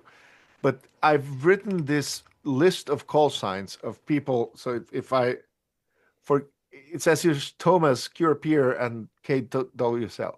I can tap here, get info. I can even open the website right from here. That's If so I'm cool. if the pileup is slow, I can go check. Oh, that's a nice site, Thomas. Thanks for your work there. That's awesome. One of the things That's very cool. I've included all of the famous YouTubers, all of the Instagrammers, all of the TikTokers, but also I've tried to include all of the volunteers on the programs. If you are part of a Parks on the Air map representative, help desk, or anything like that, you will show up here. And I like, because I want to be able to tell people, hey, thanks for the work you do for Parks on the Air. So as soon as I enter your call sign, I see that information on my screen. I have my own file that says, hey, this is your friend from your local club. So if I happen to run into them in the middle of a contest, I can say, hey, good luck with the contest, and keep going. It is the one feature that I really appreciate, because it allows me to give that personal touch to the contact, which I love to do. And when I'm off grid and I don't have connectivity, or if I'm logging by paper, and I've been doing a fair amount of that lately, I'm just like, I know that call sign. Who's K4SWL? I mean, I should know the name. And I have that associative thing going on. And Polo works. This is the most offline. ham radio of the ham radio social networking I've ever seen. Yeah, no, it's great to be able to do that, and all of this also works offline, except for the QRZ lookups. If you're offline and you work a new call sign, it won't show you the name. If you've worked that call sign before, if it's in any of your contacts that are in the phone, it'll use that even if you're offline. Cool. So it'll show you the name of a person. When I'm working, to me, that's the best. I call it the checksum digit. Like when I say 59 Thomas, because I know that if I say that if I got your call sign wrong, and I call you Thomas and you're not Thomas, you might call me on it and say, no, I'm not Thomas. So, and I see the name, and I see the name right over the field where I'm typing. That's one of the things that that bother me in other apps, is that some of them show you the name, but at the opposite corner of the 40-inch screen you're typing in. Or in the case of a phone, they would block you. Like I show the numbers of the parks at the top of the screen, because sometimes somebody tells you, what's your park number? And you don't remember it. I want to be able to even show you the call sign you're operating as, because if you're operating as a club call or something like that, I always want to have a place on the screen I can look at to remember the thing I need to say to the person who's asking what my call sign is, or what my park is, or what the park name is. So I try to put those on the screen somewhere. It's also really good, like in terms of when you're doing activations, especially like Parks on the Air, where people usually give you a province or a state, at least in this part of the world. It's also kind of a nice validation when you look it up on there, and if you're like, did I get that It call says, right? Thank you for North Carolina. Yeah, you can actually see like, okay, yeah, that was actually, that was actually correct. They are in North Carolina, they are in Connecticut or whatever. Yeah. And by the way, I didn't even know that there was like a Ham2K logger support thing. So I just did that on my phone right now. So thank you. I yeah, appreciate sure. it. I think it's wonderful that it's this. I love how you do things too, because there's no barrier of entry to put it on your phone and actually use it, but your people can actually support you if they really like it. And I think that's just a really good model for doing things. And there's some more advanced features. Are they live yet officially? Which of the advanced features? The sync. So that's yes. So let's talk roadmap. The big part I'm working on now is the cloud sync and backup. And actually, it's been something I've slowly been working over the last year. The app has been making backups to the cloud for everybody for months. Like if you have given, when you install the app, it asks for permission to share your data with the developers, and if you check that, it will enable sync for you. But that only does the backup to the cloud, and that has saved. I mean, one extreme case of this was back in the summer. I don't know if you remember. There's a ham who was doing a Parks on the Air activation that happened to. It's not clear what happened, but probably when he was taking down his antenna, he touched a power wire, and that was horrible. He died. He electrocuted. He was using Polo, and I was able to get his log from the cloud sync and have it submitted to POTA. I sent it to the POTA board. I mean, the POTA board of directors actually discussed the matter to decide whether they would accept or what to do with that, but it was ultimately added to the POTA log as his last activation. That's a very human thing you did. Thank you. Yes. No, I was really moved. I felt like he was doing the thing he really liked, and that was the last step he needed to do to complete that.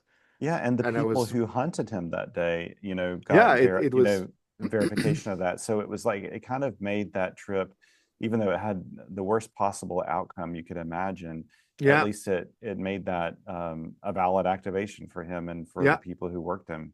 That's like a last thing.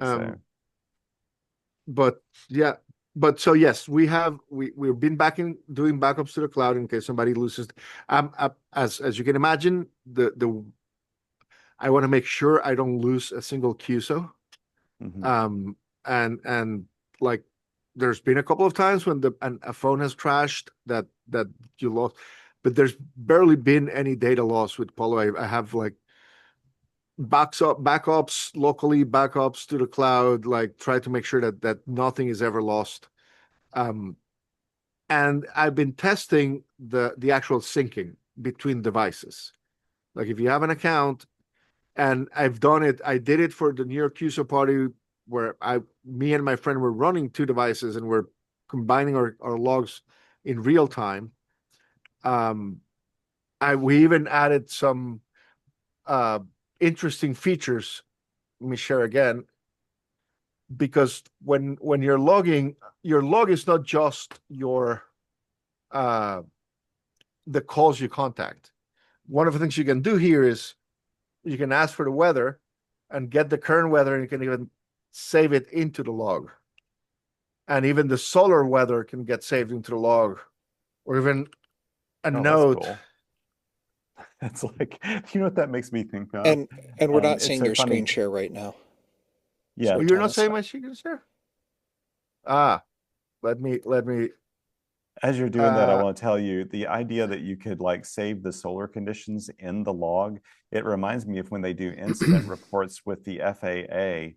When there's like a crash or something, that the first thing they do is like it gets attached to like the METARs and the the weather report for the day. So like if you have a really crashed activation, you've got it documented there what your solar you can leave a like note in the log. To me, it felt more like a flex. Like I made all of these contacts with this terrible weather, solar weather. You can add those to the log. That gets synced. I even added an option that lets you chat, and which is not unlike the note, but it's highlighted differently, so that if you're doing a networked operation with multiple operators, they'll see the chat you're sending on their screen. Oh, cool. That's really cool. Like stop now. That gets sent. Oops, errors. Software development at its finest. Live demos are always fun. I'm waiting for the app to crash in any minute because I'm in the middle of developing something. Live demo. Yeah. But so go ahead. Yes. I've got like 3 features that I would like to ask about. And I don't know if these are like built in or if they're on the wish list, but when I look at this, my takeaway so far is this is a phenomenal portable operator logbook. So if I'm going to do POTA or SOTA or anything like that, this looks, I'm sure there's more features we haven't seen that'll makes it even cooler. And I love the fact that you're engineering it in a way that, you try it and go, man, that was cumbersome. Let's make it easier and better and integrated. I think that's like, oh my God, that's really exciting. Which leads me to then say, okay, what would be missing for me as I would say a casual operator? I'm not a big contester, So I have my top 3 that I want to ask, and maybe there's others, but the first thing, I'll just rattle them off and then we can go from there. The first thing that I think about is once I log all this stuff, I'd like to be able to have my log at home and be able to just integrate this together. Which, and you've already mentioned the desktop version. I'd like to talk more about that in a minute, but having a desktop companion to the portable version, I think is super attractive because then you're not in this sort of file translation, nightmare mode. It's like I'm portable now and I'm going to press the upload button and all that stuff gets squirted into my main logbook at home. So that's thing 1. Thing number 2 is you can customize this for, like every contest, every, I mean, that's like a life's work to have all the exchanges for every possible imaginable contest. But there's a few that really matter, like field day, for example. So if I could also use this for field day and be able to network multiple clients together into a central field day repository that does the usual field day reporting stuff like dupe checking across multiple clients. So I'll give you an example. Winter field day. So Polo in the settings has a list of things you can enable. Like not everybody is into Belgian lighthouses or into bunkers or into mountain activities. You can enable and disable things as you wish. And that includes the contest and field ops. Right now, we have support for all the QSO parties, for the North American QSO party, and for the field days, among other things. I'm going to enable winter field day. Wait. You have 13 colonies? Yes. And 13 colonies. I'm one of those ops. I believe I know what. Me too. When by this Christmas, the desktop version should be out. And this is more for people hunting 13 colonies. Oh. Because if you're activating 13 colors, you don't need anything special. Yeah. You just log and export your log. And I use Polo the last 2 years for my 13 colonies for New York for K2A, and I did a couple thousand QSOs every year on my phone, logging without an external keyboard, without anything, logging with my thumbs on the phone keyboard. Wow. Okay, so I want to go back to the field day thing for a sec here. So since I see you support field day, I'm going to start a new operation. Okay. And I'm going to do it exactly what we're going to do at it here, which is that this is going to be Kilo 2 Sierra Uniform Lima, operator Kilo India 2 Delta. And we're going to be operating a Parks on the Air at Superior, not Lake Superior is the Lake Superior State Park. And we're going to be doing a field day. Did I activate field day? I probably clicked too many times. Yeah, winter field day. Enabled now. Okay. I come back here. I add my Lake Superior. And I add my winter field day. And we're going to be probably at 2:00. And I put some information here and a link to the official rules. Great. And location will be Eastern New York. We're operating in alternate power. I can check some of the objectives already here. Mm-hmm. We're operating away from home, multiple antennas, no satellite contacts yet, none of the other things yet, but let's say I have those three. So now I have my queues, my contacts here, and I get, again, I work Mark. If I type Mark again, it'll tell me it's a duplicate. Okay. And it will even tell me again, if I work Mark at a different park, it'll tell me it's a new park for POTA purposes, but a duplicate for winter field day. So doing winter field day in California is already enough of a cheat. Like, yeah, this because software just makes it even cheatier. Because you have smoked barbecue and warm weather. Okay, so and the weather. I have a serious question to ask. Okay. Here's let me show you something I built for field day activities, which is, again, it's something that bothered me, which was I'm doing field day and I get a contact and Mark says, I'm in Santa Barbara. Okay, what is the abbreviation for Santa Barbara, Mark? Tell me, what is it? Sugar Bravo, Santa Barbara, Sierra Bravo, QSL. I start typing the name and it gives me a lookup based on all the names. That's great. It's going to pick up Santa Barbara. It'll show it here, also confirming what I heard. It shows in green because it's my first Santa Barbara contact of the day. And now you're in the log of Santa Barbara.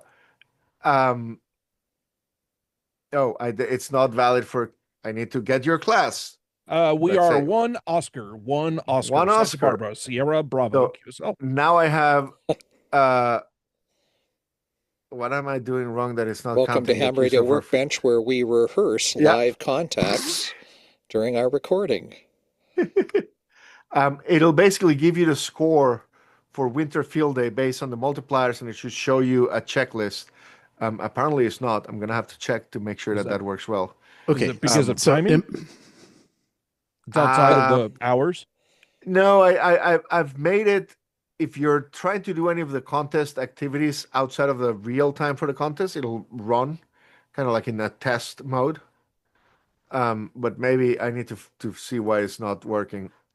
Okay, I have to get to my next most important question, which is there's multiple operators and they're all logging on their phones. Is there a central now database, or is it replicated, or how does that work? Right now, I need to enable it on your account for it to work. But if you go into the sync setting, so the sync service is still kind of like in a closed, not closed, but you need to be enabled into the alpha to get the sync working. Well, let's say when it's released, then yes, when it's released, how's it going to work? And I'm going to try to do it for winter field day. It might be too short. I definitely want to have it for a summer field day, in which you can create you will be able to do this and then say on a menu here, I want to share this operation with other people. Mm-hmm. And that will give you a QR code or some kind of link you can pass along to other people. And then with their phones, they scan that QR code, and the whole operation shows up on their phones. So all of the contacts from you- all the clients get replicated on all the clients? All of them get replicated into the same place. The duplicate checks will take that into account. The scoring estimate will take that into account. So if you are the if I'm have no cellular coverage, but we're all Wi-Fi'd to the right same now network. it will right now it will require data internet connection. Okay. The plan is to make it also work locally with some kind of local network that lets the devices see each other. Yeah, because that's like a fundamental. Yeah. I mean, if you're an individual doing field day, it doesn't matter. But It doesn't matter. You got two or more stations, then it becomes a really important. Yeah, and so that's one of the things I want to that I'm slowly working towards solving, which is that multi-op field day operation, make it as easy as possible that if you sit down at a table with a radio, you scan the QR code with your phone and it opens a web page that lets you log into that shared log for that station. Also in a way that will let the manager of the whole operation accept or reject people. Once you start having networked, and if you make it too easy to join, you also need to make it possible to manage who is joining and allow them to log or not. You don't want to have somebody walking in, find the QR code, and then starts entering just crap into your log. Yeah. But it is one of the use cases I want to solve. One of the things, Polo is open source, it's free. The cloud service is paid. There's a base free service. The backup is free, because I want to make sure that nobody loses a QSO. But it's limited to the last 7 days of data if you want to restore. So if you lost your phone, you can recover the last week of contacts and submit that last spark you activated. Otherwise, it's a paid service, but it's going to be $2.99 a month or $25 a year. So it's not going to be onerous. Something like this. Let's say you've got a club. Like in my case, we do field day. We've got probably 4 or 5, maybe 4 stations, like a 4 alpha. Really important that all the clients are networked together, that there's a central repository for the logging, and we actually it reflects on everybody's database on their laptops. I mean, we'd be happy to pay for that. The thing that I like about this is it's a much more modern look and feel, and with more advanced features, especially if you're internet connected, which we can be because we usually have a Starlink terminal with us, but not necessary. But the point is that it has to work offline, right? Yeah, and we'd be happy to pay for it. I mean, it's not like it's got to be free. So I could see where some things like this, where it's like this is a really nice modern, environment for something like field day, and it costs you whatever the purchase or the subscription would be to use it. I think that would be fine. Because the nice thing is that if it's the same thing you're using for portable, it's the same thing you're using at home, it's the same thing you're using for the contest. Yes. That's really important. Yeah. The other key component that's missing. So going back to the discussion about the roadmap, the sync service, I decided to work on that first, because once I work on the second part, which is the desktop version, you want to connect the desktop with the phone. So if I didn't have the sync service, and you have the desktop version and there's no way to move data around, that will be inconvenient. So I decided to put the sync service first and work on the Windows version second. Yeah. And the third leg of the table, or whatever metaphor we want to use, is cat control. And that's something that's a lot easier done in the desktop version. And that I might start there. And it goes back to what we were talking, like, I don't know, half a day ago, about the how to connect serial ports on radios to iOS devices and even Android. And if you have to convert that into MIDI or Bluetooth Low Energy, I would love to build a little device that is kind of like the like a bridge Hmm. that will let any serial port or any radio connect using more modern interfaces. Yeah. And it Talk to will me. be, Talk to me. yeah. I mean, we built a little prototype using a Raspberry, a Raspberry Zero that will connect on serial and use hamlib and connect using Bluetooth LE to the phone. We just need to get to the time to finish that. But I even think of that again when working on the desktop. Like that, the nice thing, as Vince has discovered, of having a flex radio is that you open your client on your desktop and it knows that there's a radio in the network and connects to it. Imagine that same device that we built so you can connect your radio to your phone is also on your Wi-Fi, and the desktop version of Ham2K recognizes that and lets you pick the radio and control it from your desktop that same way using MQTT, using JSON protocols, instead of using just good old serial, or using some modern protocols that makes it easier to do the cat control from multiple apps, from multiple places, passing control from, say, if you're doing that field day with multiple devices and I show up with my phone and it's my shift, why not let me control the radio from my phone now? So I think it depends on the contest or the activity. So for Yes. instance, if you're just operating your home station or you're just making contacts portable, then in a way the rig control is more important because you want to log the frequency that you're on, the mode, and Yeah. so forth.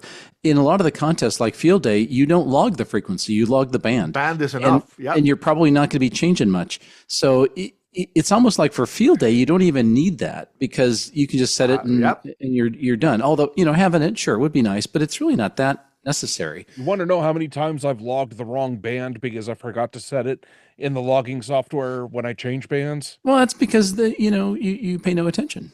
That's And true. if you paid attention, then you wouldn't have this problem. That Sorry, has who are happened you? to me using my own application too. Oh my. So, like I that's said, one of the- Shots fired. it's a nice to it's a nice to have. It's not an It's absolute not- have to have.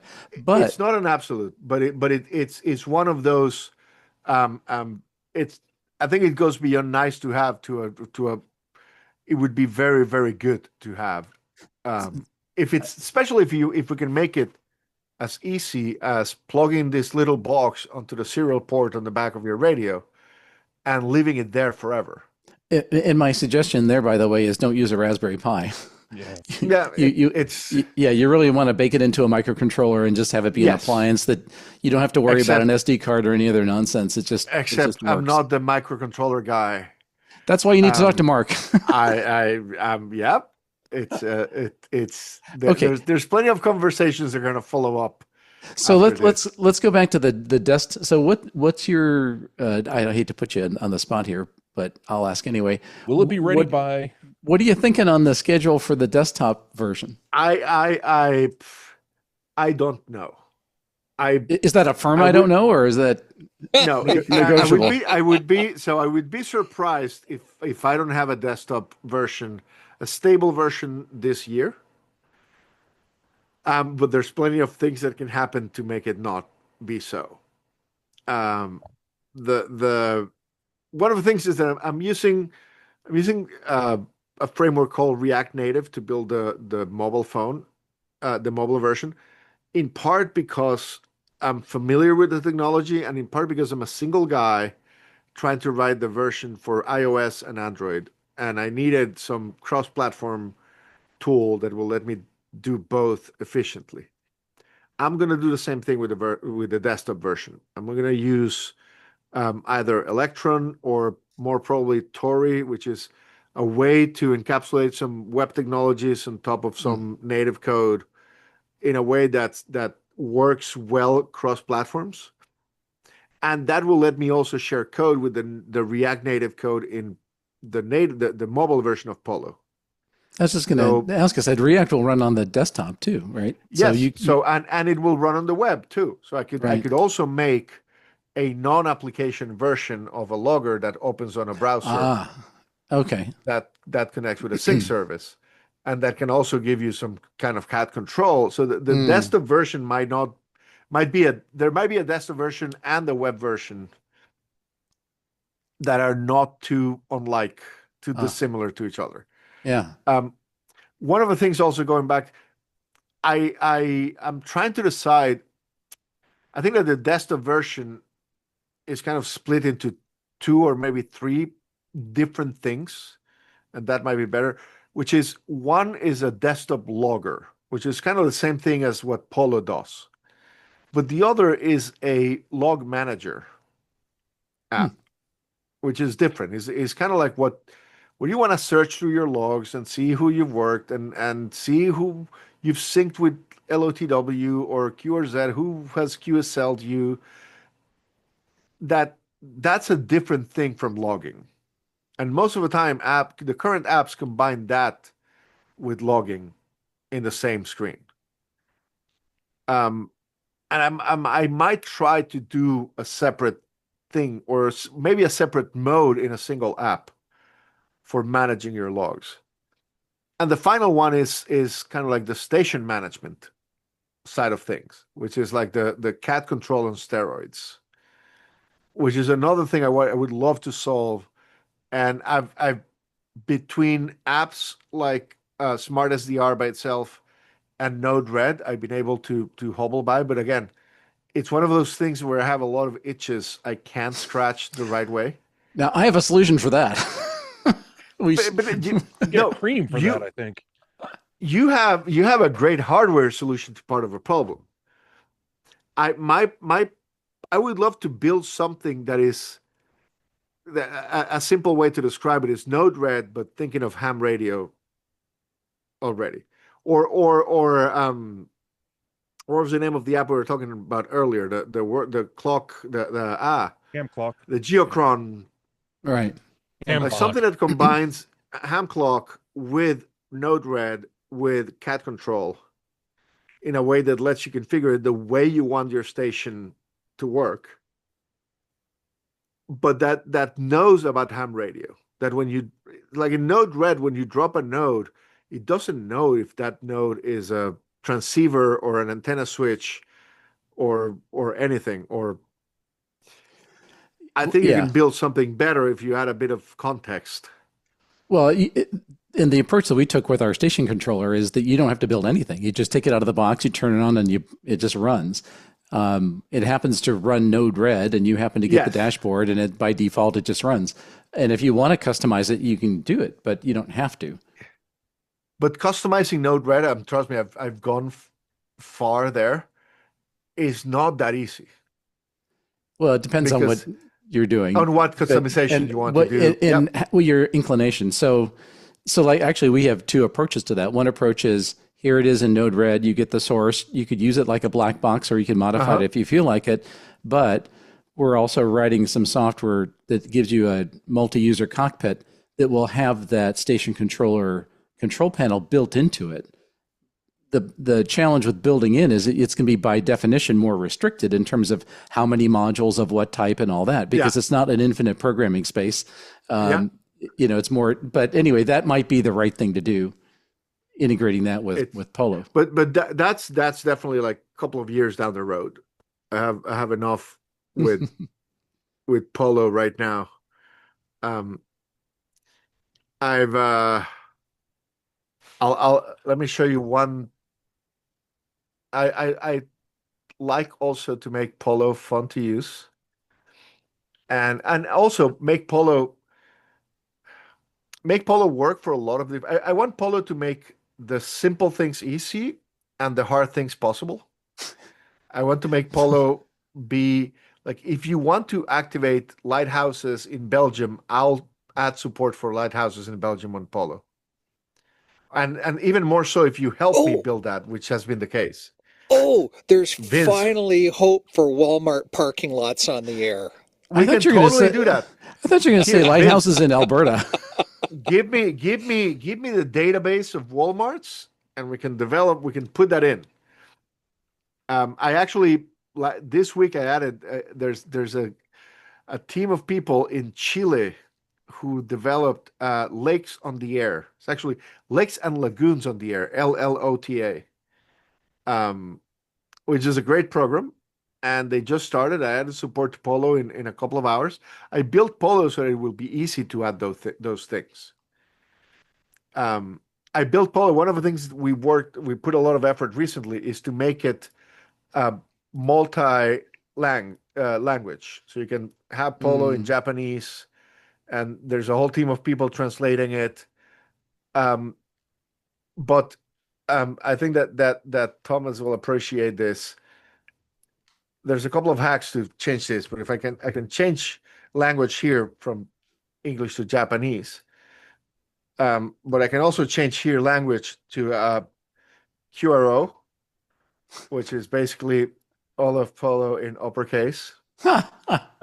and there, of course, there's QRP, which is all of Polo in lowercase. Oh, that's hilarious. I love it. And these people who are listening on the radio will have to try this and have to watch the video. Oh God. Oh, I love it. Oh, so what we're seeing is all of the wording on the application is now in Morse code.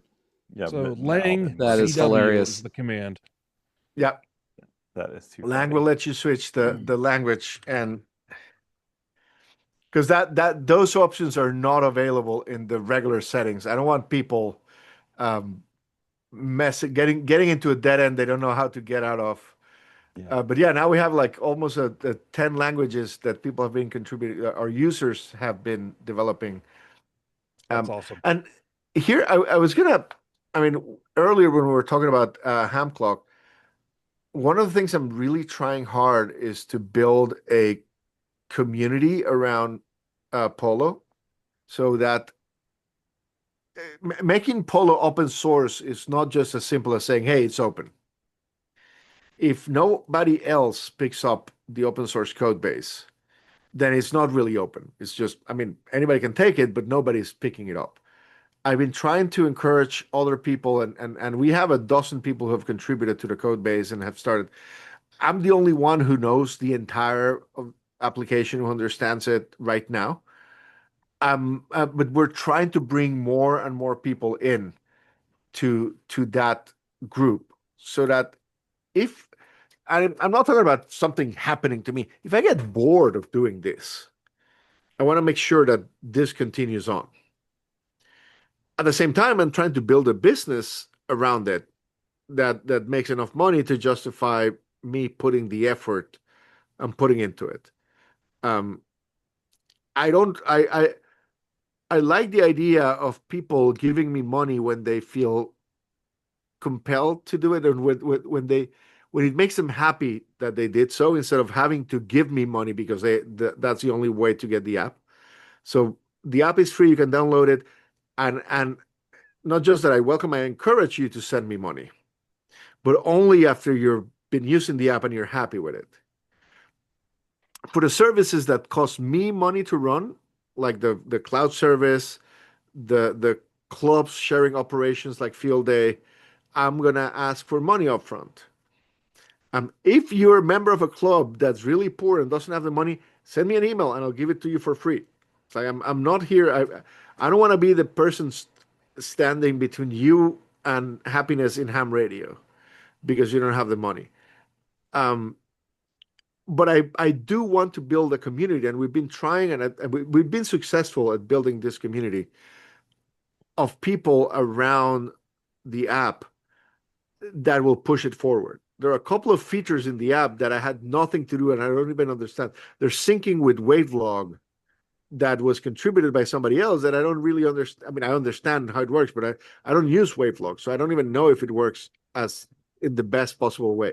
But I've been inviting people, and this is something I learned from Tag, November 0 TTL, who's the creator of Grid Tracker. A lot of years ago, like 5 years ago, got my license, discovered FTA, discovered Grid Tracker, and I had some changes I wanted to suggest. I wrote to him, and his response here was, "Here's the source code. Come in." And the next thing I was getting, he said, "Oh, I'm going to put it on GitLab." And I got an invite to be in the GitLab team. He was very welcoming of any interest in collaborating and contributing, which has not been the case in every amateur radio project, including apps that are free and apps that are somehow open source, but that it's a close team open source. Often a close team of one, which is what that means is that when that person decides not to work on the project anymore or is unable to work on the project anymore, the project dies. And I want to make sure that that does not happen to what I'm doing with HAM2K, with Portable, with Polo. It's one of the reasons I made it open source from the start. It's like I want it's a good reason to force myself to keep working on it, because if I don't, somebody will fork it and take it away. And the best way to prevent that is to not give them a reason to do so. It's a great way to ensure that it's there if I don't want to work on it anymore. And it's a great way to tell people who come saying, "I want you to do Walmart parking lots on the air," to say, "Great. Oh, we welcome pull requests. We'll help you write it." So, Sebastian, I gotta say, this is really exciting. When I first heard about Polo, I thought, oh, it's yet another portable log. But the more I learned from you about some of the tie-ins between different services and more advanced features and sort of predictive stuff in the app, the more exciting it became. And then when I heard you talk about making a desktop version, I got even more excited because, oh, finally, you don't have to have like 2 or 3 different log programs, depending on what you're doing for contesting, for home, for the field. That'd be amazing to get that kind of tied together in a modern way. And so I'm really excited about what you do, and I think your approach has been great. Before we wrap up, is there anything that we should have touched on that we didn't get to? I don't know. Probably. I'm sure. Another thing I'm involved in, which is the CQDX Marathon. Well, no longer called CQDX Marathon because there's no longer a CQ magazine. But if you are into DXing or contesting, I invite you to check it out. It's a year-long competition, trying to contact as many DX entities as possible. It's a great reason to get on the air and try to work stations. It's a great reason to make sure your station is working well. And it's a great way to compare how well you're doing this year against past years. It's too late to enter the 2025 marathon, but it's not too late to start working on your 2026 marathon scores by trying to work as much DX as you can. And it's like I joined it because the first couple of years I entered and I realized that I was logging things wrong.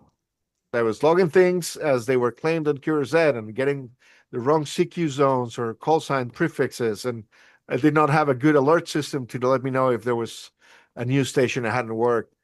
And it forced me to get a better station, a better login workflow, a better understanding of DX and entities and zones and all of those things. And I had so much fun that I ended up joining the committee and help run all the software side of it.